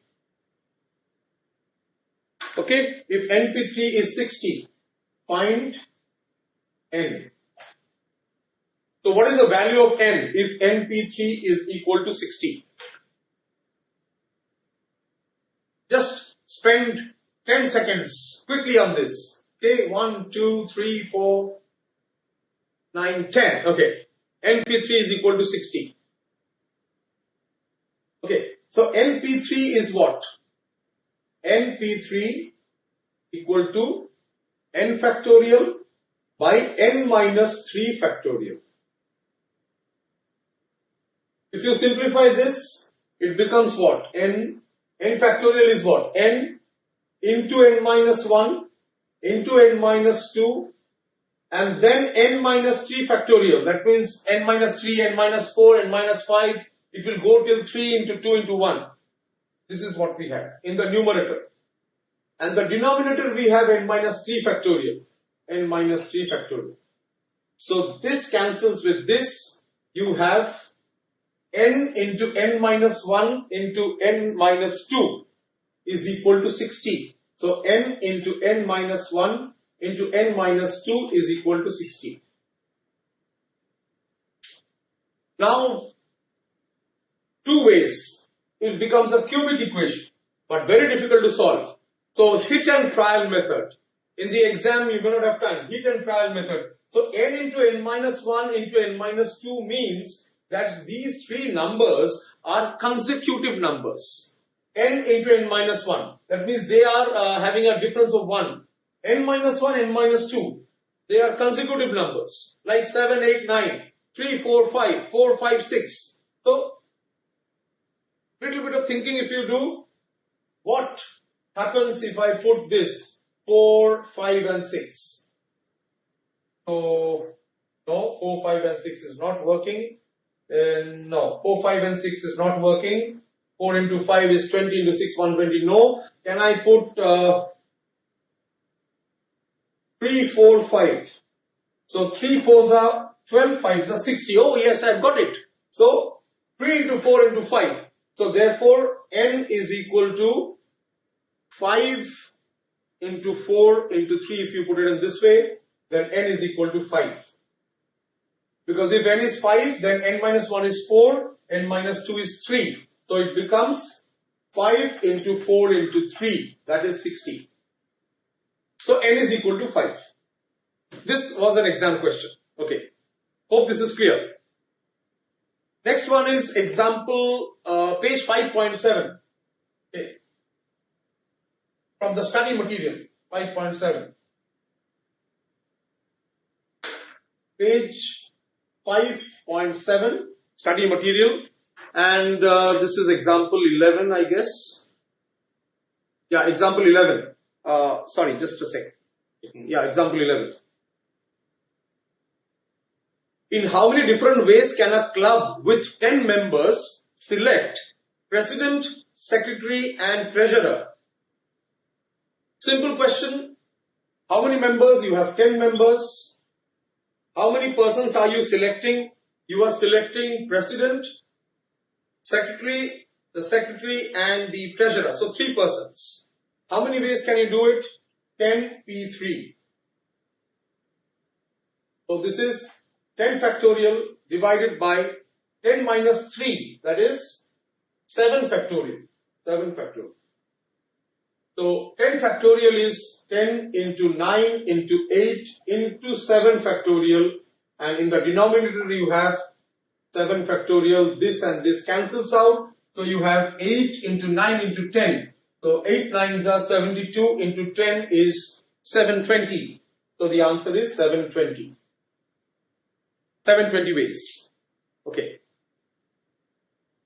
Right. Now we take up 5.8, page 5.8. Question number 14 and 15. Okay, 5.8. 5.8. Question number 14 and 15. So, in how many ways can you write the letter of the word computer? C-O-M-P-U-T-E-R. In how many ways can you arrange the letters of the word computer? How can you rearrange the words? Simple. C-O-M 3, 4, 5, 6, 7, 8. There are how many ways? How many letters are there? C-O-M-P-U-T-E-R. 8 letters. You're having 8 letters. Do we have any repeating letters? No. So we have 8 letters. So how many ways can you arrange them? 8 factorial ways. We saw A, B, C can be arranged in 3 factorial ways. That is 6 ways. So 8 factorial ways. So this is 8 into 7 into 6 into 5 into 4 into 3 into 2 into 1. So pretty big number. 6 4s are 24, 5s are 120, 6 are 720, 720 into 7 is 5040 into 8. 5040 into 8 is I think 40,320. So 40,320. And in how many ways, this is interesting, example number 15 I think, yes. Right? Yeah. The word is, I think this is easy now, you can understand it, simple, no complexity here. Now, little complexity in this problem. You have a word failure, F-A-I-L-U-R-E. In how many ways can you arrange the letters of the word failure so that the vowels are always coming together? This is a little tricky one, okay? How many ways can you do it so that the vowels are coming together? How many vowels do we have? You know vowels and consonants. Okay. How many vowels do we have? A, I. So let us underline A, I, U, E. So you have A, I, U and E. Let us put them in one particular bucket. Okay. So now what are the other letters you have? F, L, R. 7 letters. F, A, I, L, U, R, E. 7 letters. You have 3 here, 4 here. Fine. Now please see the shortcut. I have put the vowels together in a box, in a group. So I am assuming now, how many letters are there? 1, 2, 3, and I am taking this whole as 1. Please note this. All the vowels have to be together. The question is, all the vowels are always coming together. So I take them together. So I have 1, 2, 3 and 4. 4 letters, 4 alphabets. Now 4 alphabets can be arranged in how many ways? We know n objects can be arranged in factorial n way. So 4 objects can be arranged in factorial 4 ways. But the question is, this is fine, but then you have 4 letters here again. 4 letters are here again. And these 4 letters can be arranged in how many ways? A, I, U, E, A, I, E, U, A, E, U, I. So different ways will be there. These 4 letters can be arranged again in factorial 4 ways. So this factorial 4 and 1, 2, 3, 4. These 4 again in factorial 4. So we are having this factorial 4 is for 1, 2, 3, 4. And this factorial 4 is for 1, 2, 3, 4. I hope this is clear. This is a tricky one. So the answer is factorial 4 into factorial 4. Now factorial 4 is 4 into 3 into 2. That is 24. So this is 24 into 24. 24 into 24 is 576. So the answer is 576. Okay. This is a tough one. Not tough, maybe tricky. You can call it tricky. Not that tough. Okay. Right. So now we go to circular permutations quickly. Very simple formula. Up till now we were discussing about people standing in a row, in a line, linear. Now circle. So a circle, people are sitting 1, 2, 3, 4, 5, 6, 7, 8. 8 chairs are there. How to arrange these if there are n people, n? In how many ways can you arrange the n number of things in a circle? Very simple. If it is a straight line, then it will be n factorial. But if it is a circle, then please note it is n minus 1 factorial. That means if there are n objects and you want to arrange them around a circle, it can be done in n minus 1 factorial ways. Please keep a note of this, and this is going to be important. So if I ask you that in how many ways can you arrange 4 persons? In how many ways can you arrange 4 persons to be seated around a table, circular table? So n is equal to 4. So the number of ways will be 4 minus 1, that is factorial 3. So it will be factorial 3 ways, that is 6. So only 2 formula. First we saw NPR, that is n factorial divided by n minus r factorial, and for a circular combination, a circular permutation, it is n minus 1 factorial. For straight line, it is n factorial. Okay. Now let us go into the 2 small theorems you can call it. This is the last part of permutation combination. This is permutation and permutations with some conditions, conditional permutation. Okay, so I can call it conditional permutations. Okay, the first permutation theorem, you can call it theorem. Theorem is like a rule theory. Okay, theorem is like a rule. Now the first theorem, if you see, is number of permutations of n distinct objects taken R at a time when a particular object is not taken in any arrangement. So if you see the study material, you will see both the theorems are there. Right, Theorem One says that number of permutation of n distinct objects taken R at a time when a particular object is not taken in the arrangement. That means it is excluded. So from n we exclude 1. So it becomes n minus 1, and you take the permutation n minus 1 PR. That means out of n objects, one object will not be counted in any permutation. So 1 is deducted. It becomes n minus 1. And from n minus 1 you select R. Okay. So this is Theorem 1. So I have 10 persons, and out of them, one person does not want to get into any election. Okay. So leaving him, how many committees can you form of 3 people? So I have 10 persons. 10 people. I have 10 people. Okay. Out of them, one person does not want to get into elections. Out of the 10 people, how can I form a committee of 3 people each? So it will be what? 10 minus 1, because one person does not want to join politics, or does not want to get into this politics. So 10 minus 1, you have 9 persons. So it will be 9P3. That is n minus 1 PR. 10 minus 1 P3. Right? Makes sense? Hope so. Hope you are clear with this. The second theory, or the theorem number 2, this is theorem number 1. Of course, easy to understand because very logical. Theorem number 2, let us see what theorem number 2 says. So theorem number 2 says, up till now we were discussing a situation where one object is not selected.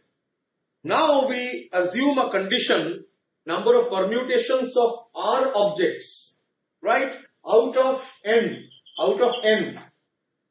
when a particular object is always included. It is always included. So this formula is R multiplied by n minus 1 P into R minus 1. In the last example, we saw that one particular object is excluded. It is not included in any permutation. So it was n minus 1 PR. Now, out of n objects, we are selecting R objects such that a particular object is always included in any arrangement. The formula is R into n minus 1 P R minus 1. Okay. This is a formula which you need to remember. Apart from n minus 1 NPR, this is the only formula you need to remember. With this, we go into the last examples, and let us use this. The more we use the formula, the more we will remember. It's very difficult to memorize so many formula, but if you do the numericals, automatically, your mind, your brain will capture, and it will become more of a reflex in the exam.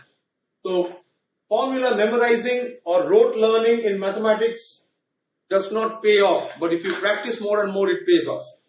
Okay, now we go to page number 5.10. Page 5.10. So let's move to 5.10.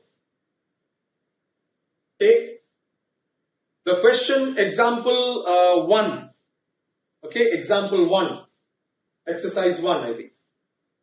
How many arrangements can be made out of the letters of the word drought? Drought. D-R-A-U-G-H-T. So that the vowels are, never being separated. Like we did a problem earlier. The vowels will not be separated. So you have how many letters? Let us see. You have the vowels. Let us identify the vowels. Vowels, we have A. We have U. I think 2. Only 2. So now let us draw the boxes, the vacant boxes. 1, 2, 3, 4, 5. So A and U, I will assume them together. A and U. So now you have THG. So 3, 4 and 5. So 1, 2, 3, 4, 5. Okay. Please see. You have total number of letters DRAUGHT. 7 letters. I have taken A and U. The vowels I have taken them together. That is the way to solve this problem. Take A and U together, put them together. AU. So now I have 5 remaining boxes for the 5 remaining letters. So altogether in this particular row, I am having 1, 2, 3, 4, 5 and 6. This is additionally 1, counted as 1. So I have 6. 6 objects can be arranged in how many ways? 6p6 or 6 factorial. Simple, it's both the same. But you have A and U here, and in this way you can have either AU or you can have UA. So AU can be arranged in 2 ways. So the answer is 1, 2, 3, 4, 5, 6. 6 objects arranged in factorial 6 way multiplied by this AU UA, that is multiplied by 2. If you break it up, it will be factorial 6 into 2. Factorial 6 factorial is 6 into 5 into 4 into 3 into 2 into 1. That is 30 into 4, 120 into 3, 360 into 2, 720. 720 multiplied by 2 is 1440.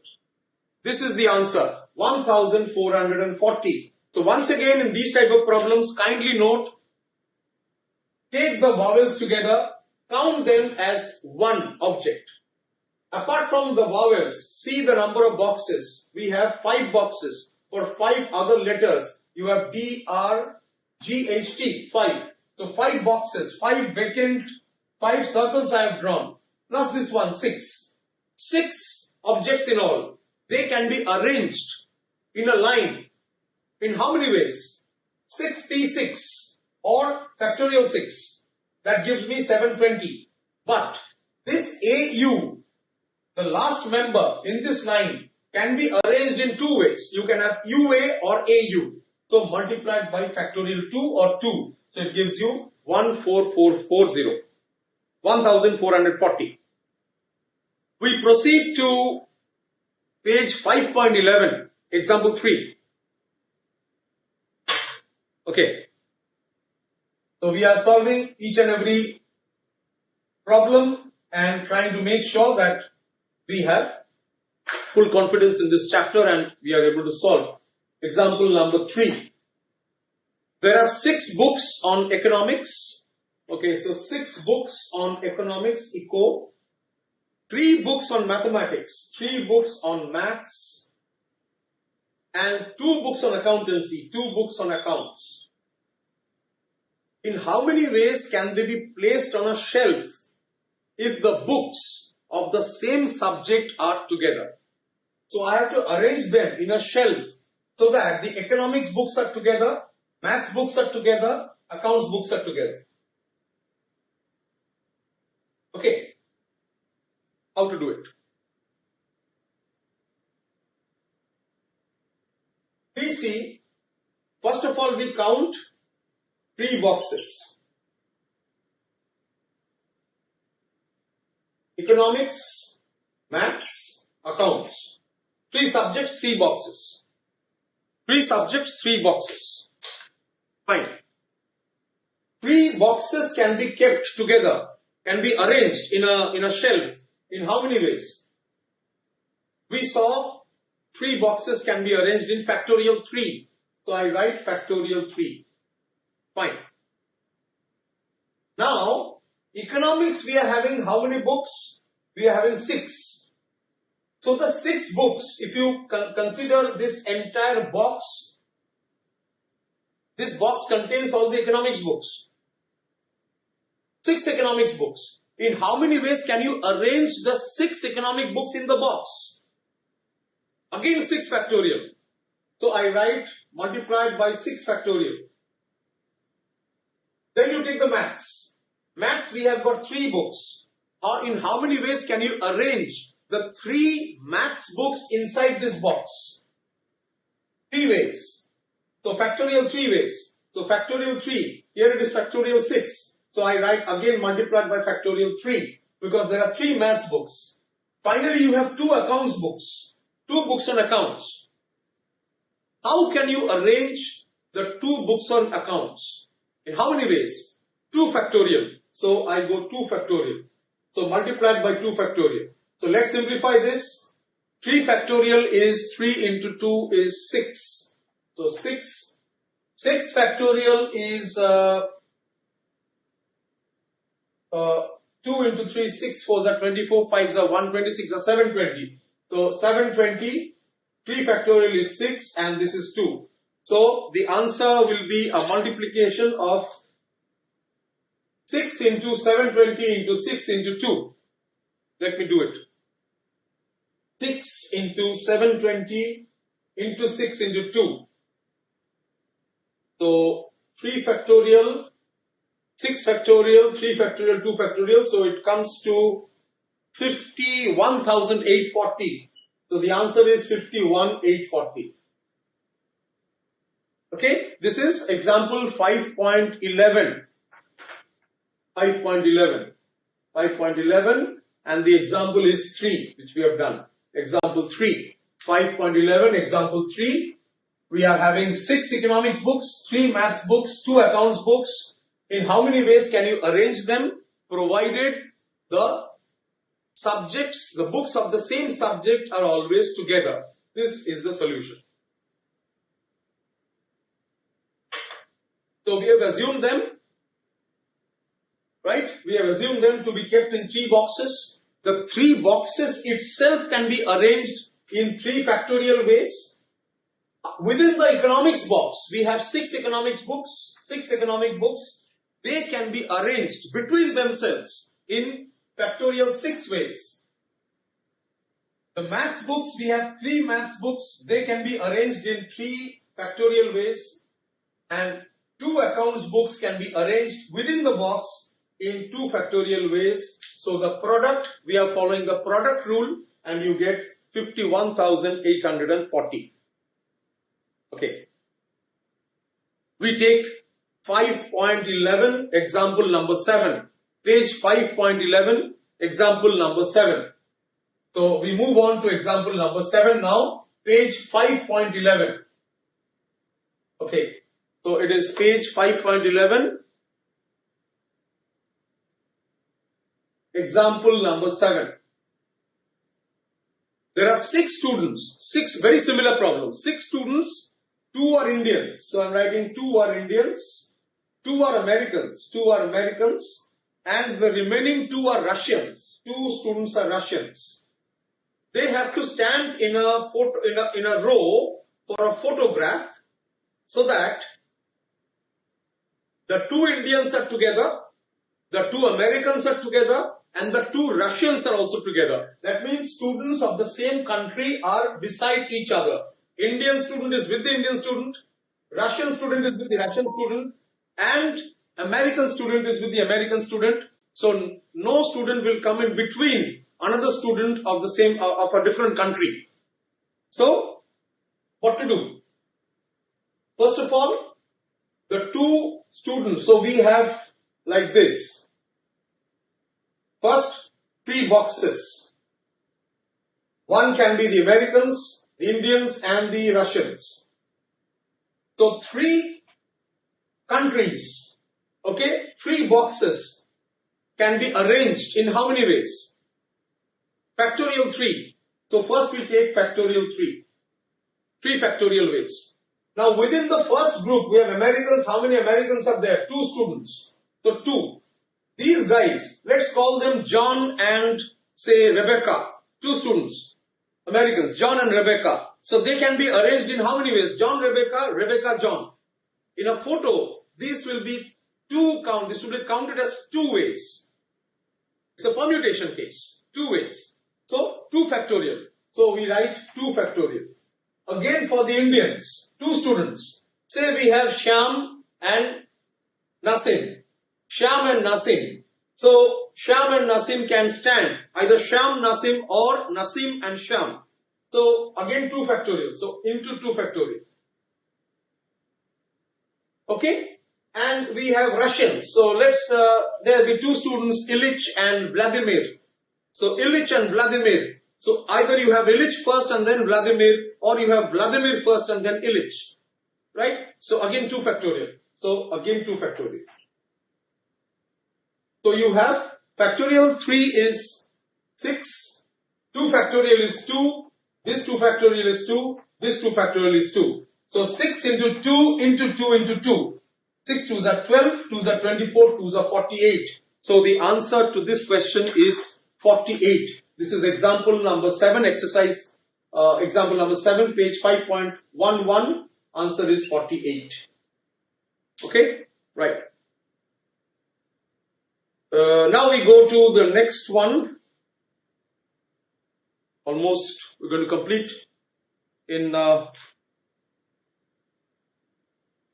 another 10-15 minutes. I think 10 minutes we should be through with permutations. I'll spend some time on the questions which came on the time value of money.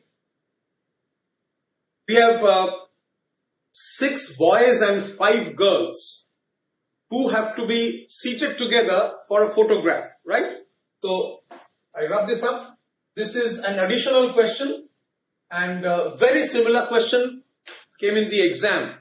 So you have 6 boys and 5 girls, 6 boys and 5 girls who have to be seated in a row. Okay, they'll be sitting in a row such that 2 girls will not sit together and 2 boys will not sit together. So there should be a girl in between 2 boys or a boy in between 2 girls. You cannot have 2 boys sitting together. You cannot have 2 girls sitting together. Altogether we have 6 plus 5, 11 positions. So I write 1, 2, 3, 4, 5, 6, 7, 8, 9, 10 and 11. Okay, 11. In how many ways can you make them sit across a row so that 2 boys will always sit together and 2 girls will always sit together? So we are assuming there are 11 chairs, vacancies. Now if you see, the only way to make them sit such that you follow the condition given in the problem is when the boys will occupy the odd number of odd places. So odd is 1, 3, 5, 7. So number 1 boy, then number 3 is boy, number 5 is boy, number 7 is boy, number 9 is boy, number 11 is boy. So you have 1, 2, 3, 4, 5 and 6. 6 boys have occupied the odd number seat. Odd number seat, you know, 1, 3, 5, 7, 11, 13, so on. Odd. Even and odd. So the girls can now occupy the seats which are vacant. So I am writing girls G. G here, G here, G here, G here and G here. So the sitting position is like this: B, G, B, G, B, G, B, B, G and P. If you see this way, the sequence, please note that boys are not, 2 boys are not sitting together. Between 2 boys there is a girl, between 2 girls there is a boy. So the question says the boys should not be sitting together. 2 boys cannot sit together, 2 girls cannot sit together. So the only way to make them sit is this. Now we come to the computation. Now first we have the 6 boys which are occupying the odd positions. How many odd positions are there? 11 chairs, 11 vacancy. How many odd numbers? 1, 2, 3, 4, 5, 6. 6 places to sit. 6 boys. Once again, 6 boys, 6 places, 6 chairs, 6 boys. In how many ways can you make them sit? In how many ways can you ask them to occupy 6 boys? In how many ways can you ask 6 boys to occupy 6 vacant seats? Easy. 6p6. 6 boys, 6 chairs. 6 out of 6. 6p6. Now you are left with 5 seats for the girls. How many ways can you ask them to occupy 5 seats? So you have the even 2, 4, 6, 8 and 10. Seat number 2, 4, 6, 8 and 10 are occupied by females, by the girls. In how many ways can you ask them to sit? 5 girls, 5 places. Same. 5p5. Right? So these two events, boys occupying the odd number seats, event number 1, girls occupying the even number seats, this is event number 2. We know the multiplication rule, we have done it, m into n. So it will be 6p6 into 5p5. If you break it, this is basically 6 factorial into 5 factorial. 6 factorial into 5 factorial gives you 6 factorial is 720. 5 factorial is 120 into 120. So if you multiply this 720 by 120, you get quickly 86,400. So 86,400. So many ways are there to ensure that 6 boys and 5 girls will sit in a row such that no 2 boys or no 2 girls will sit together. Okay. The last few examples I'll take. Okay. Page 5.8, number 22. Okay. So I'm rubbing this. I hope this was a tough one. I mean, where you need some reasoning and some analysis. That's what we did. Right. So I go now to the proceeding to the next question is page 5.8, page number 5.8, and the question number is 22. 22. In how many ways can you arrange the letters of the word triangle? Triangle. Fine. How many ways can you arrange the word letters of the word triangle so that the word angle will always be present? That means the word angle, this sequence A-N-G-L-E, this sequence will be present. So how many ways?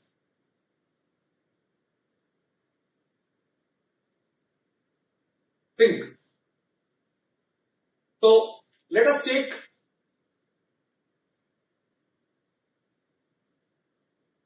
angle together, A-N-G-L-E.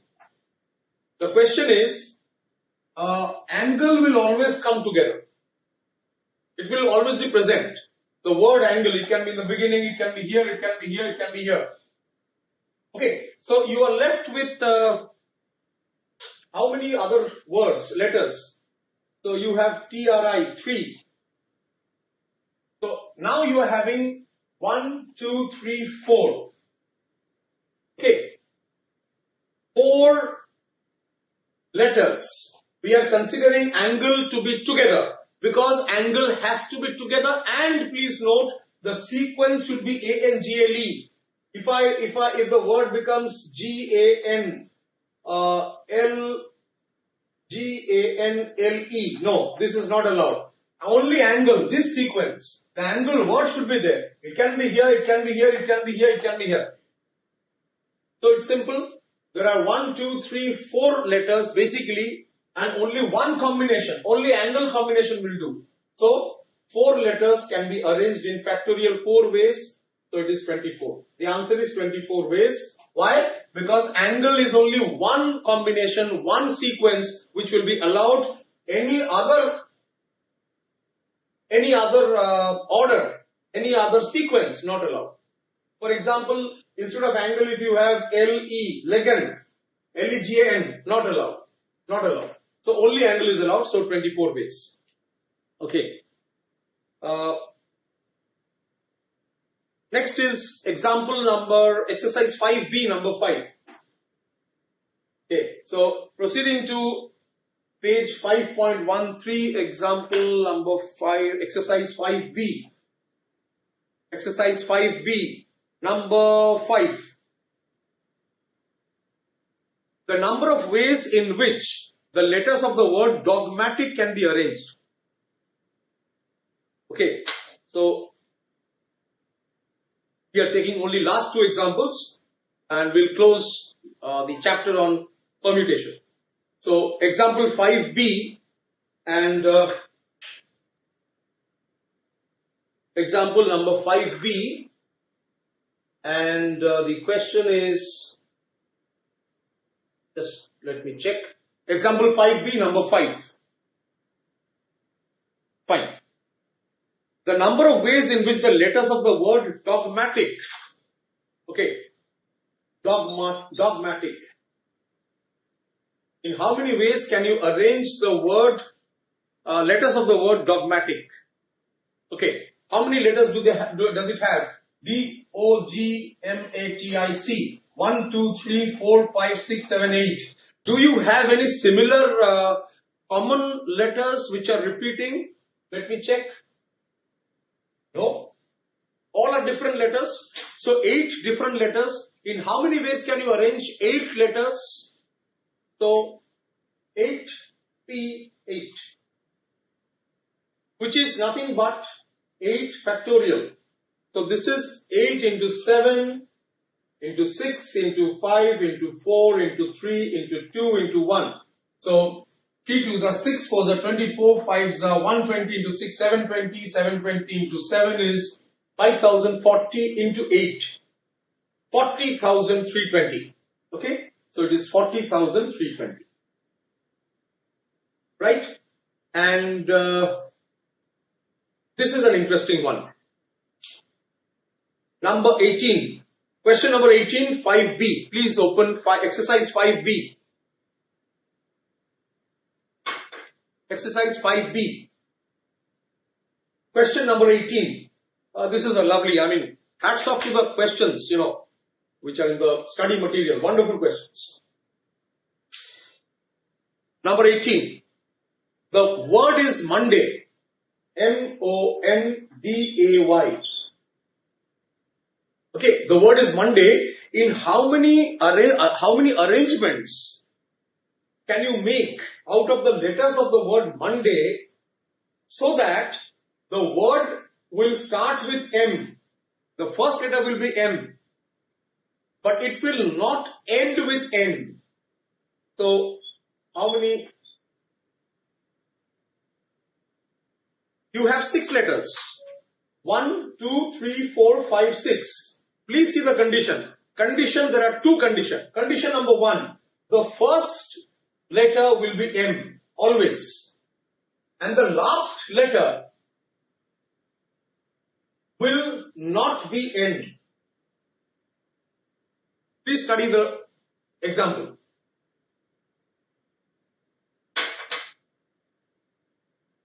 Okay, Monday. The first letter is M. That is one of the given conditions. And the other condition is that the last letter will not be N. Will be some other letter. So, M is gone. Out of these 6 letters, M is gone. It's in the first. Last digit, the last letter. How many options do you have? You cannot have N. N cannot be placed in the last. So, how many options do you have? The last place can be occupied either by O, or by D, or by A, or by Y.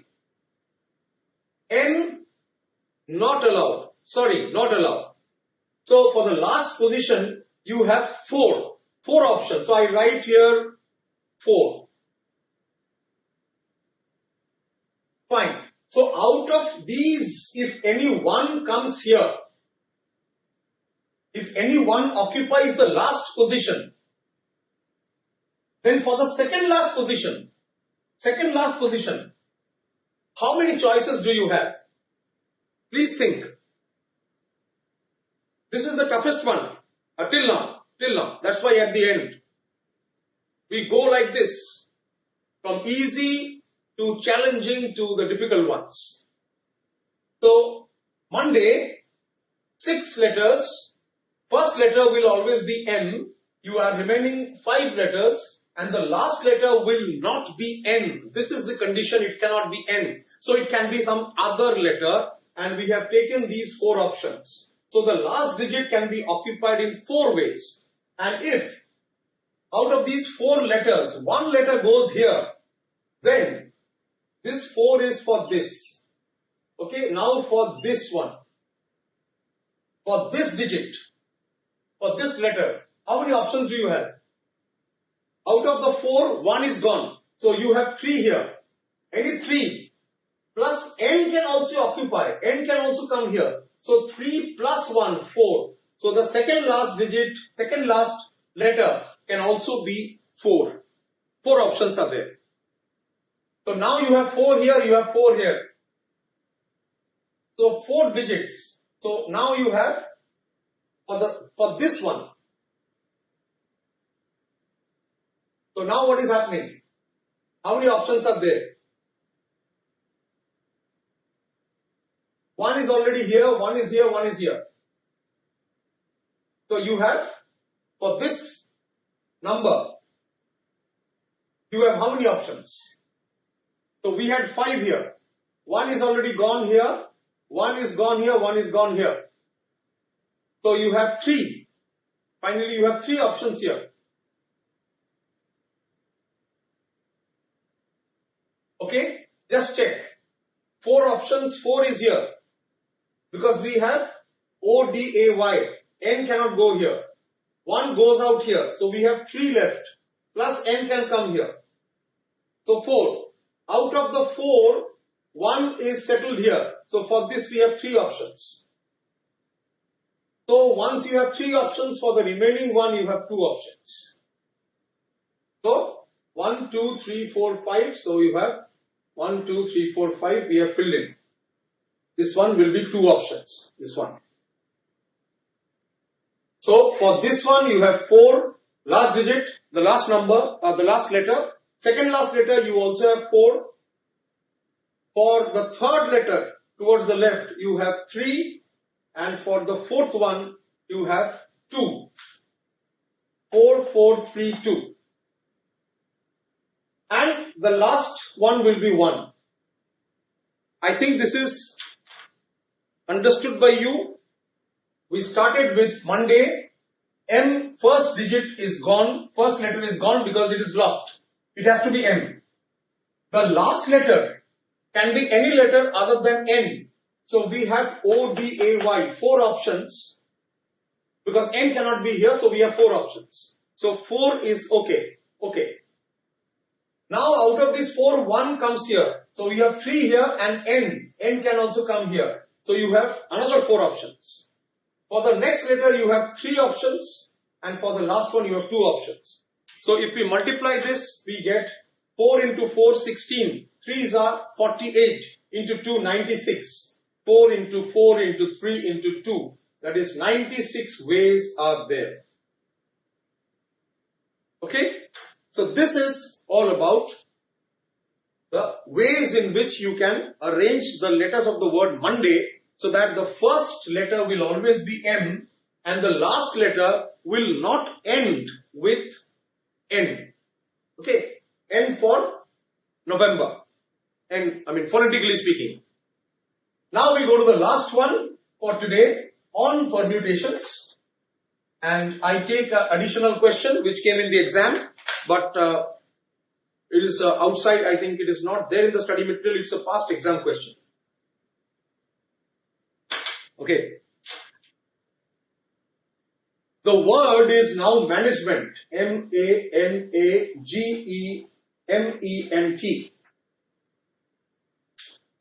In how many ways how many permutations can be done from the word management if you take all the letters? So management has how many letters? 1, 2, 3, 4, 5, 6, 7, 8, 9, 10. 10 letters. In how many ways can you create 10? I mean, how many ways, how many permutations you can create by taking all the 10 letters? Little difficult, but not impossible. Okay, so just applying your mind. Here you see that some of the letters are same. In fact, you have M here. So 2M. A again, you have A here. So A, 2A. You also have E. One E is here, one E is here. So 2E are there. And then you have N. N here, 2N. But altogether you have 10 letters. So the 10 letters within themselves can be arranged in 10 factorial way. Fine. But you have these letters which are common. They are the same letters. M and N, identical. A, identical. E, identical. And N, same. So these need to be divided. So it will be 2M, so 2 will come here. For 2A, 2 will come here. For 2E, 2 will come here. And for 2N, 2. Actually, these are factorial 2 basically. 2 factorial. Why? Because 2M can be arranged in 2 factorial ways. So 2 factorial for the M. So this factorial 2 is for the M. This factorial is for the 2A's. This factorial is for the 2E's. And this last factorial 2 is for the 2N. So for M, A, E, N, which are repeating, right? So this is the answer, 10 factorial divided by 2 factorial into 2 factorial into 2 factorial into 2 factorial. If you use a calculator, a moment please, I'll just check. Coming to 453,600. 453,600. Okay. So this is one of the toughest ones in the chapter of permutations. So if you recap what we have done, we started with different examples of permutation. It's almost 2.5 hours since we started non-stop. We discussed a lot about the difference of permutation and combination. Then we looked at what is factorial, right? We saw the formula for multiplication. You remember that going from office to residence, 4 ways, coming back 3 ways. So total number of ways, 4 into 3, 12. And if I want to go from my residence to my office, if there are 5 bus routes and there are 4 auto routes, altogether I have 4 and 5, 9. I add. So this is the addition rule. Then we saw how to calculate NPR. We saw it is factorial n by factorial n minus r. We did number of problems on that. Okay. Then we moved on to circular permutation across a circle. Then we did the 2 theorems on permutation. That is Theorem 1, which says that if one particular object is excluded, what happens? So we saw it is n minus 1 PR.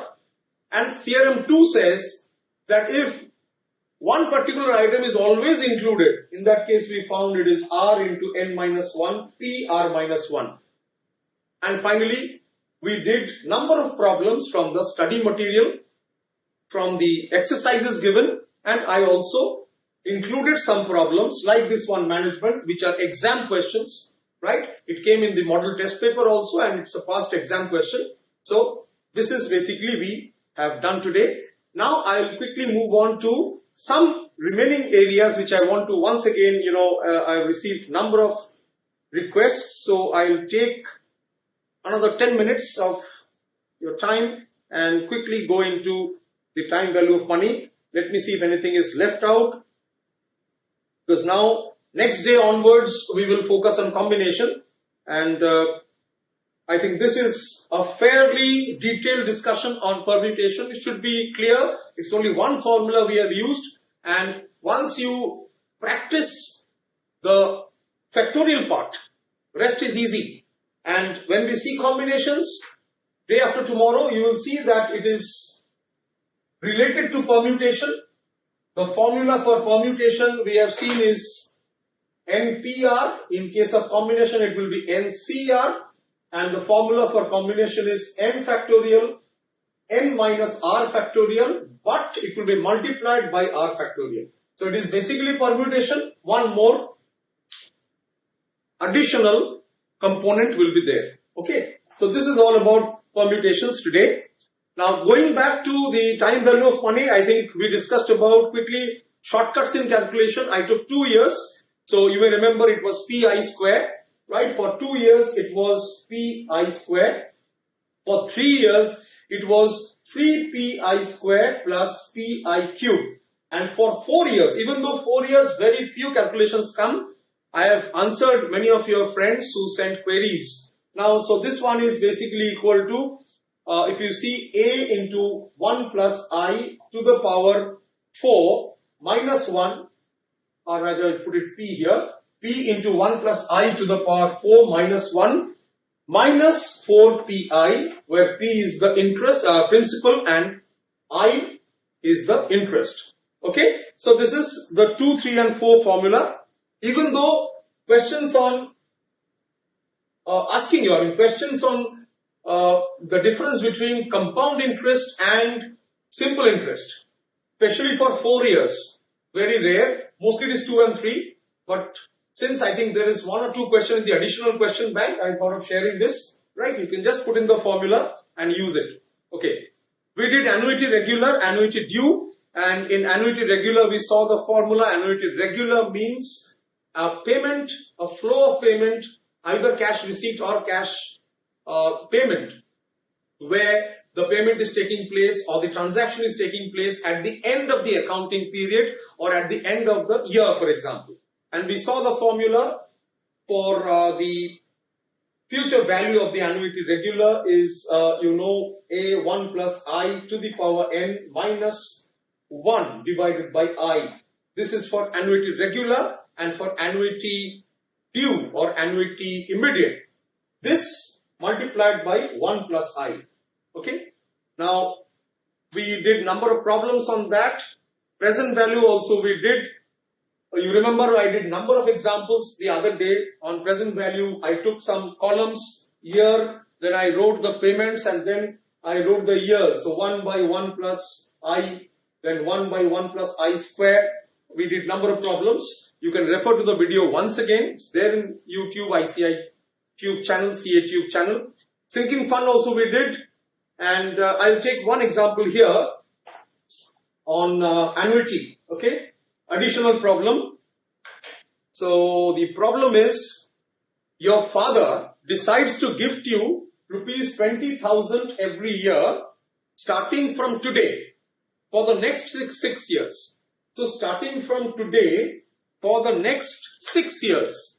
So for the next 6 years, you deposit this amount in a bank and you get 10% per annum interest. What is the present value of this annuity? So what is the PV? Okay. Now if you look at the present value of the annuity, now present value of an annuity regular, if you see section 4.8.1, okay, page number 4.29 of the study material, page number 4.29 of your study material on time value of money. If you see section 4.8.1, this talks about the present value of an annuity regular, and it is the same way which I explained that year end, what is the gift amount, and if you see table 4.7, I'll just draw the table and quickly explain you, then we'll take this problem. Okay, so if you see the table given in this table 4.7, the same table which I had drawn earlier, year end, it's annuity regular, so year end, you are paying at the year end. So you are receiving a gift, in this case you are receiving a gift. So year 1, 2, 3, 4, 5. You are getting gift amount is 1000 rupees. So 1000, 1000, 1000, 1000 and 1000. But we have to find the present value. So PV. So for the first year, the PV is, we are assuming interest rate is 10%. 10%. So first year, you are getting 1000 divided by 1 plus I. 1 plus I. I is 10. So it is 0.1. For the second year, it will be 1000 divided by 1 plus 0.1 square. For the third year, it will be 1000 by 1 plus 0.1 to the power 3.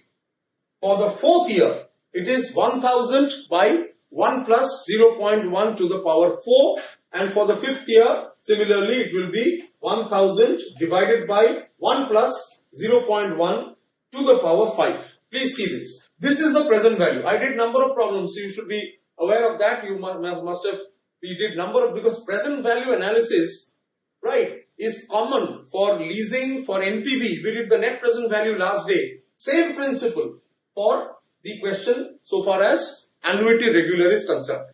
So this is covered in table 4.7, and in fact they have done the numerical, and if you add it, the present value in the numerical comes to 3790.86.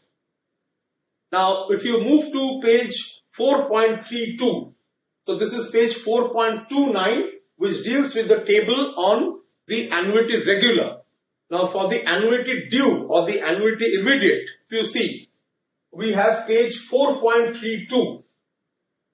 Page 4.32 and section 4.8.2, which talks about the annuity due or annuity immediate. What does it say? It says that the same process has to be followed, but instead of n years, we will take n minus 1 years. Because annuity due means I am getting it today. So if my father tells me that, well, I am going to give you yearly gift of 1000 rupees starting from today. Okay. So say today is 2nd of April or 1st of April.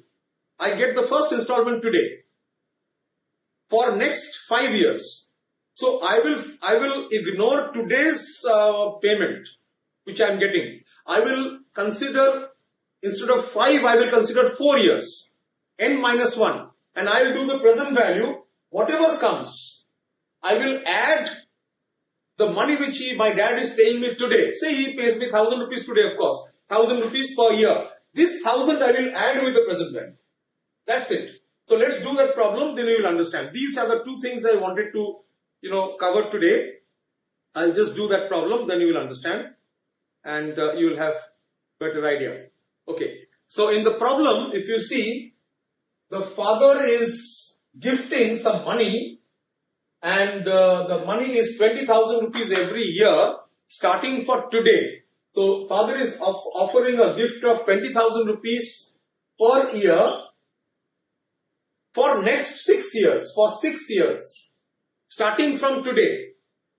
This word, starting from today, gives you the hint that this problem is a problem of annuity due, not of annuity regular. It is not a problem on annuity regular. It's a problem with respect to annuity due. Many of you have written to me asking, you are saying that, sir, how to understand which problem, in which problem, which formula to be used. We know two formula. One is for annuity regular, the other is for annuity due. My answer is, you have to search for this type of line. In this problem, it is clearly mentioned that your father is deciding to gift you rupees 20,000 per year, starting from today. This word, starting from today, shows it is an annuity due, not an annuity regular. So in this case, what we will do is, we will find out the present value of this 20,000, assuming, and interest rate is given 10%. So we will calculate. The question is, what is the present value of the annuity? So we will calculate the present value with respect to 0.1 and not for 6 years, but for 6 minus 1. That is for 5 years. Okay. And if you calculate, it is given in the problem. I mean, if you just calculate this like this, the table is this. Year 1, 2, 3, 4, 5. We are not taking 6 years. 20,000. First year, the present value of 20,000 which I am receiving after 1 year is 20,000 into 1 plus 0.1. Second year, the amount is 20,000 into 1 plus 0.1 square. Third year, it is 20,000 divided by 1 plus 0.1 to the power cube. It is increasing. Fourth year, 20,000 by 1 plus 0.1 to the power 4. And fifth year, 20,000 by 1 plus divided by 1 plus 0.1 to the power 5. If you find out the present value of all this, that is PV1 plus 2 plus 3 plus 4 plus 5, you will be getting, the amount will be 75,815. 75,815. But this is for 5 years. And today, in the problem it is given that my father has paid right from today. So the payment of 20,000 he has made today needs to be added. So I will add plus 20,000, which I have received today. So no discount is required. Okay. Therefore, if you add it, you get 95,815. This is the present value of this cash flow which I will be getting through the gift, 20,000 rupees per year for 6 years at the interest rate of 10%. Right? I think this is clear. So we have done this part as well. That is on the present value of annuity regular and the present value of annuity immediate. This example is present value annuity immediate where we have to add it. Right. Okay. Let me see if there is anything else we'll do. Yes. Okay. The difference of simple interest and compound interest. I'll take exercise 4B, number 7. So I hope this is now easy and clear. Exercise 4B, number 7. Exercise 4B, number 7. Exercise 4B, number 7. Please. Okay, let's take this example. Exercise 4B, number 7. The difference between the simple interest and compound interest, the difference of SI and CI on rupees 2,400 for 2 years and 5% is how much? We know that for 2 years the shortcut formula is PI square. P into I square. We know this. So here the principal amount, if you see, is how much? 2,400. So I write 2,400 into I square. I is 5%, which is 0.05. So P into 0.05 square. So if you simplify this, you get rupees 6. So this is the difference between the compound interest and the simple interest for 2 years on a sum of 2,400 at 5%. Okay. Now we take the last one on the basis of 3 years, and let's take number 8. Exercise 4B, question number 8 we are taking. Okay, question number 8 I am taking. The difference between the simple interest and the compound interest on a certain sum of money. So, difference between CI and SI for a certain sum of money invested for 3 years. Invested for 3 years at 6%. Okay, so we have to find out what is the amount of money because they have given us the difference. Compound interest and simple interest difference is 110.16 and it is for 3 years 6%. 6%. We know the shortcut formula which I have discussed is 3pi square plus pi cube. 3pi square plus pi cube. So if you take p common from here, it is 3i square plus I cube. Here the principal amount we have to find out. Okay, but we know this is equal to 110.16. So from here, P into 3I square, I is 6%, which is 6% means it is, please note, it is 6% is 0.06. So 3 into I square, okay? So 3 into 0.06 square plus I cube, 0.06 cube. This is equal to 110.16. If you solve the equation, you will get P is equal to 10,000. That means the principal amount is 10,000. On this principal amount, the difference between the compound interest and the simple interest for 3 years works out to 110.16. So we have used the formula 3pi square plus pi cube.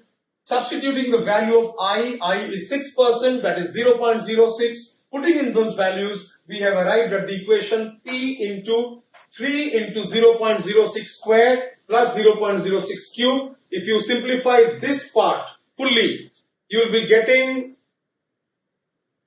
0.011016. So 0.011016.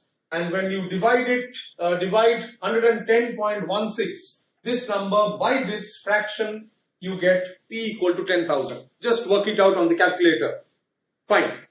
The last one is, I think we have done growing perpetuity also, where I mentioned that the growth rate must be less than the interest rate because it's ultimately an infinite geometric series. Perpetuity we have done. I'm just checking. Compound interest we have done, number of them. Effective rate of interest we have done. So there's no end to doing maths. We can at best do 1 or 2 examples from each type of question. But 50 questions if I do here, it will take additional 2-3 hours, right? Not possible given the time. Okay, so I think we have covered all of them. I'll just come to some of the questions now. Present value of annuity regular we have done. Both annuity regular as well as annuity due. Okay, I'll quickly take last 5-6 minutes on the questions.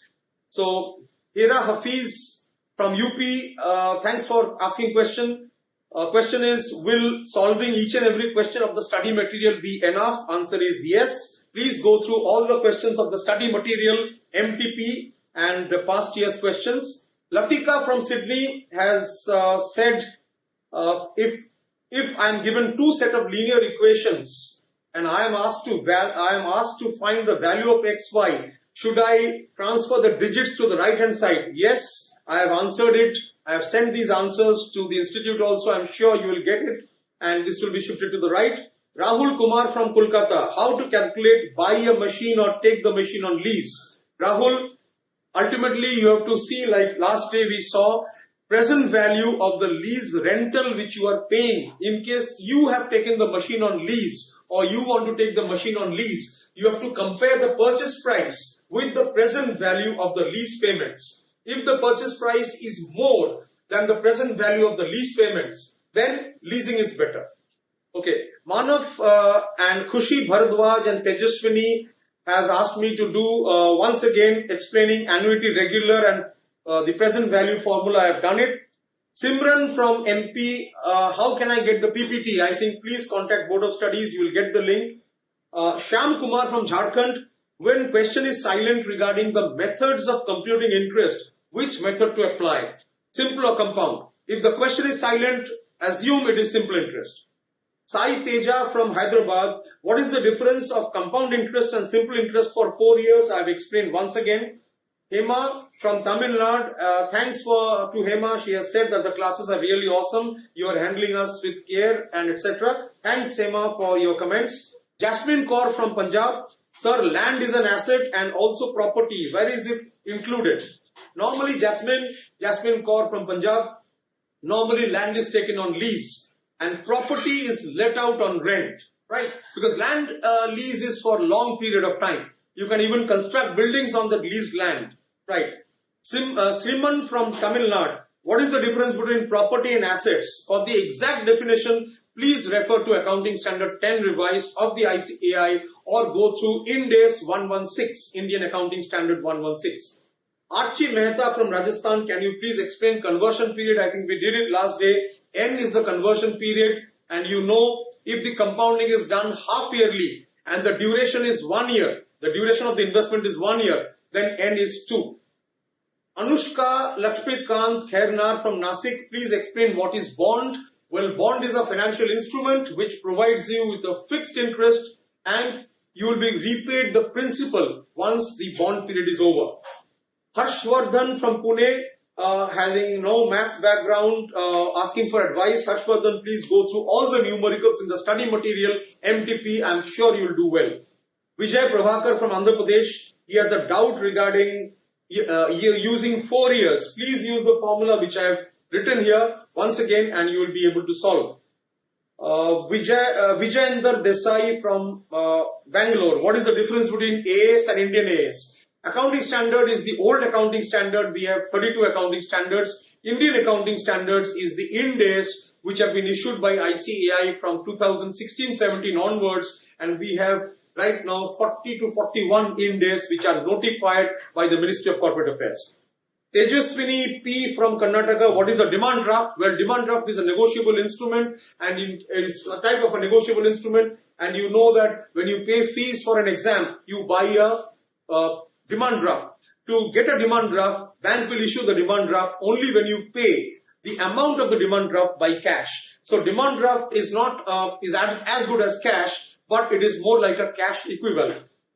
Sonal from Thane, I think was asking question about present value. I have done it. Tejashree Badak from Aurangabad has asked a question regarding compounding. I have answered it. Aftab Sehgal from Jalandhar has appreciated the classes. Thanks, Aftab Sehgal from Jalandhar. Madhusudan Kabra is annuity regular and annuity immediate.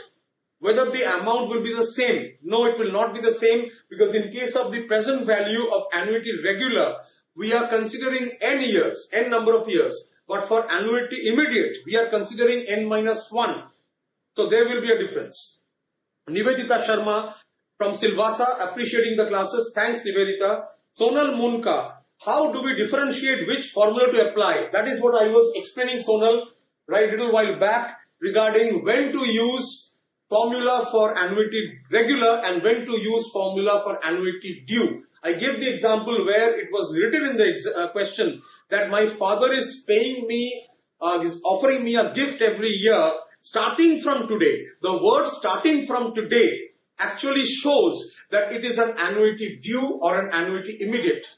Okay. Arnab Bajaj from Assam asking the question, sir, can we define opportunity cost as second best alternative sacrificed? Yes, you can. Mukul Shukla, requesting me to explain the formula of, the compound interest. I think we have done it. Please refer once again to the videos, you will understand. Yashika Dhawan and Soumya from Madurai. What is compounding factor? Compounding factor basically is this particular factor. Now when you write A is equal to P into 1 plus I to the power n, right? This in case of, say, the compound interest, right? So when you are finding out the future value, right? In case of present value, we are doing 1 by 1 plus I to the power n. But in case of future value, you are doing, if you see the annuity, it is P into 1 plus I to the power minus 1 by I. This part, 1 plus I to the power n minus 1 by I. This is the compounding, basically the compounding factor. In case of present value, it is called the present value factor. Okay. Then Simran Jamwal from Chandigarh. Now she was requesting to start statistics, but it's purely as per the Board of Studies schedule which you have got. Hema and Kevin Murjaria from Tamil Nadu and Gujarat. How to find the value of 0.8 to the power n equal to 0.3. You have to use the calculator, go on multiplying 0.8. The moment you reach close to 0.3, right, you will get the value of n that way. Preeti from Shimoga, thanks Preeti for saying that the teaching is helpful for you. And what is the difference between present value and sinking value? There is nothing called sinking value, Preeti. It is sinking fund. So when I want to construct a new asset or I want to buy a new asset after 10 years, the cost of the new asset is say 20 lakhs. So I go on paying 2 lakhs per year into a sinking fund, which is like an annuity, and this gives me 20 lakhs at the end of 10 years. Tarun Puppala, present value, has asked a problem. I think we solved similar problems. Utkarsh from Lucknow. Thanks, Utkarsh. It's good to know that you're loving the sessions. Daniel from London. We have a friend from London. Daniel has said, thank you, sir, for your teaching. I'm able to understand all concepts. Thank you. Khushi Bhardwaj from Delhi asking a question. Can average student with 80 to 90% marks clear the exam and overall CA? Answer is yes. With hard work, consistency, everybody can pass CA exams. Narmada from Tamil Nadu. I had a doubt. I have explained it again. Vijayata Sinha, will log table be provided in the exam? Please see the exam rules for the latest position. Sanskriti also asked, will you get present value table in the exam? My request is please refer to the exam guidelines. Then we have friends from Devansh Africawala from Ahmedabad has asked question regarding lease. I think I have explained it.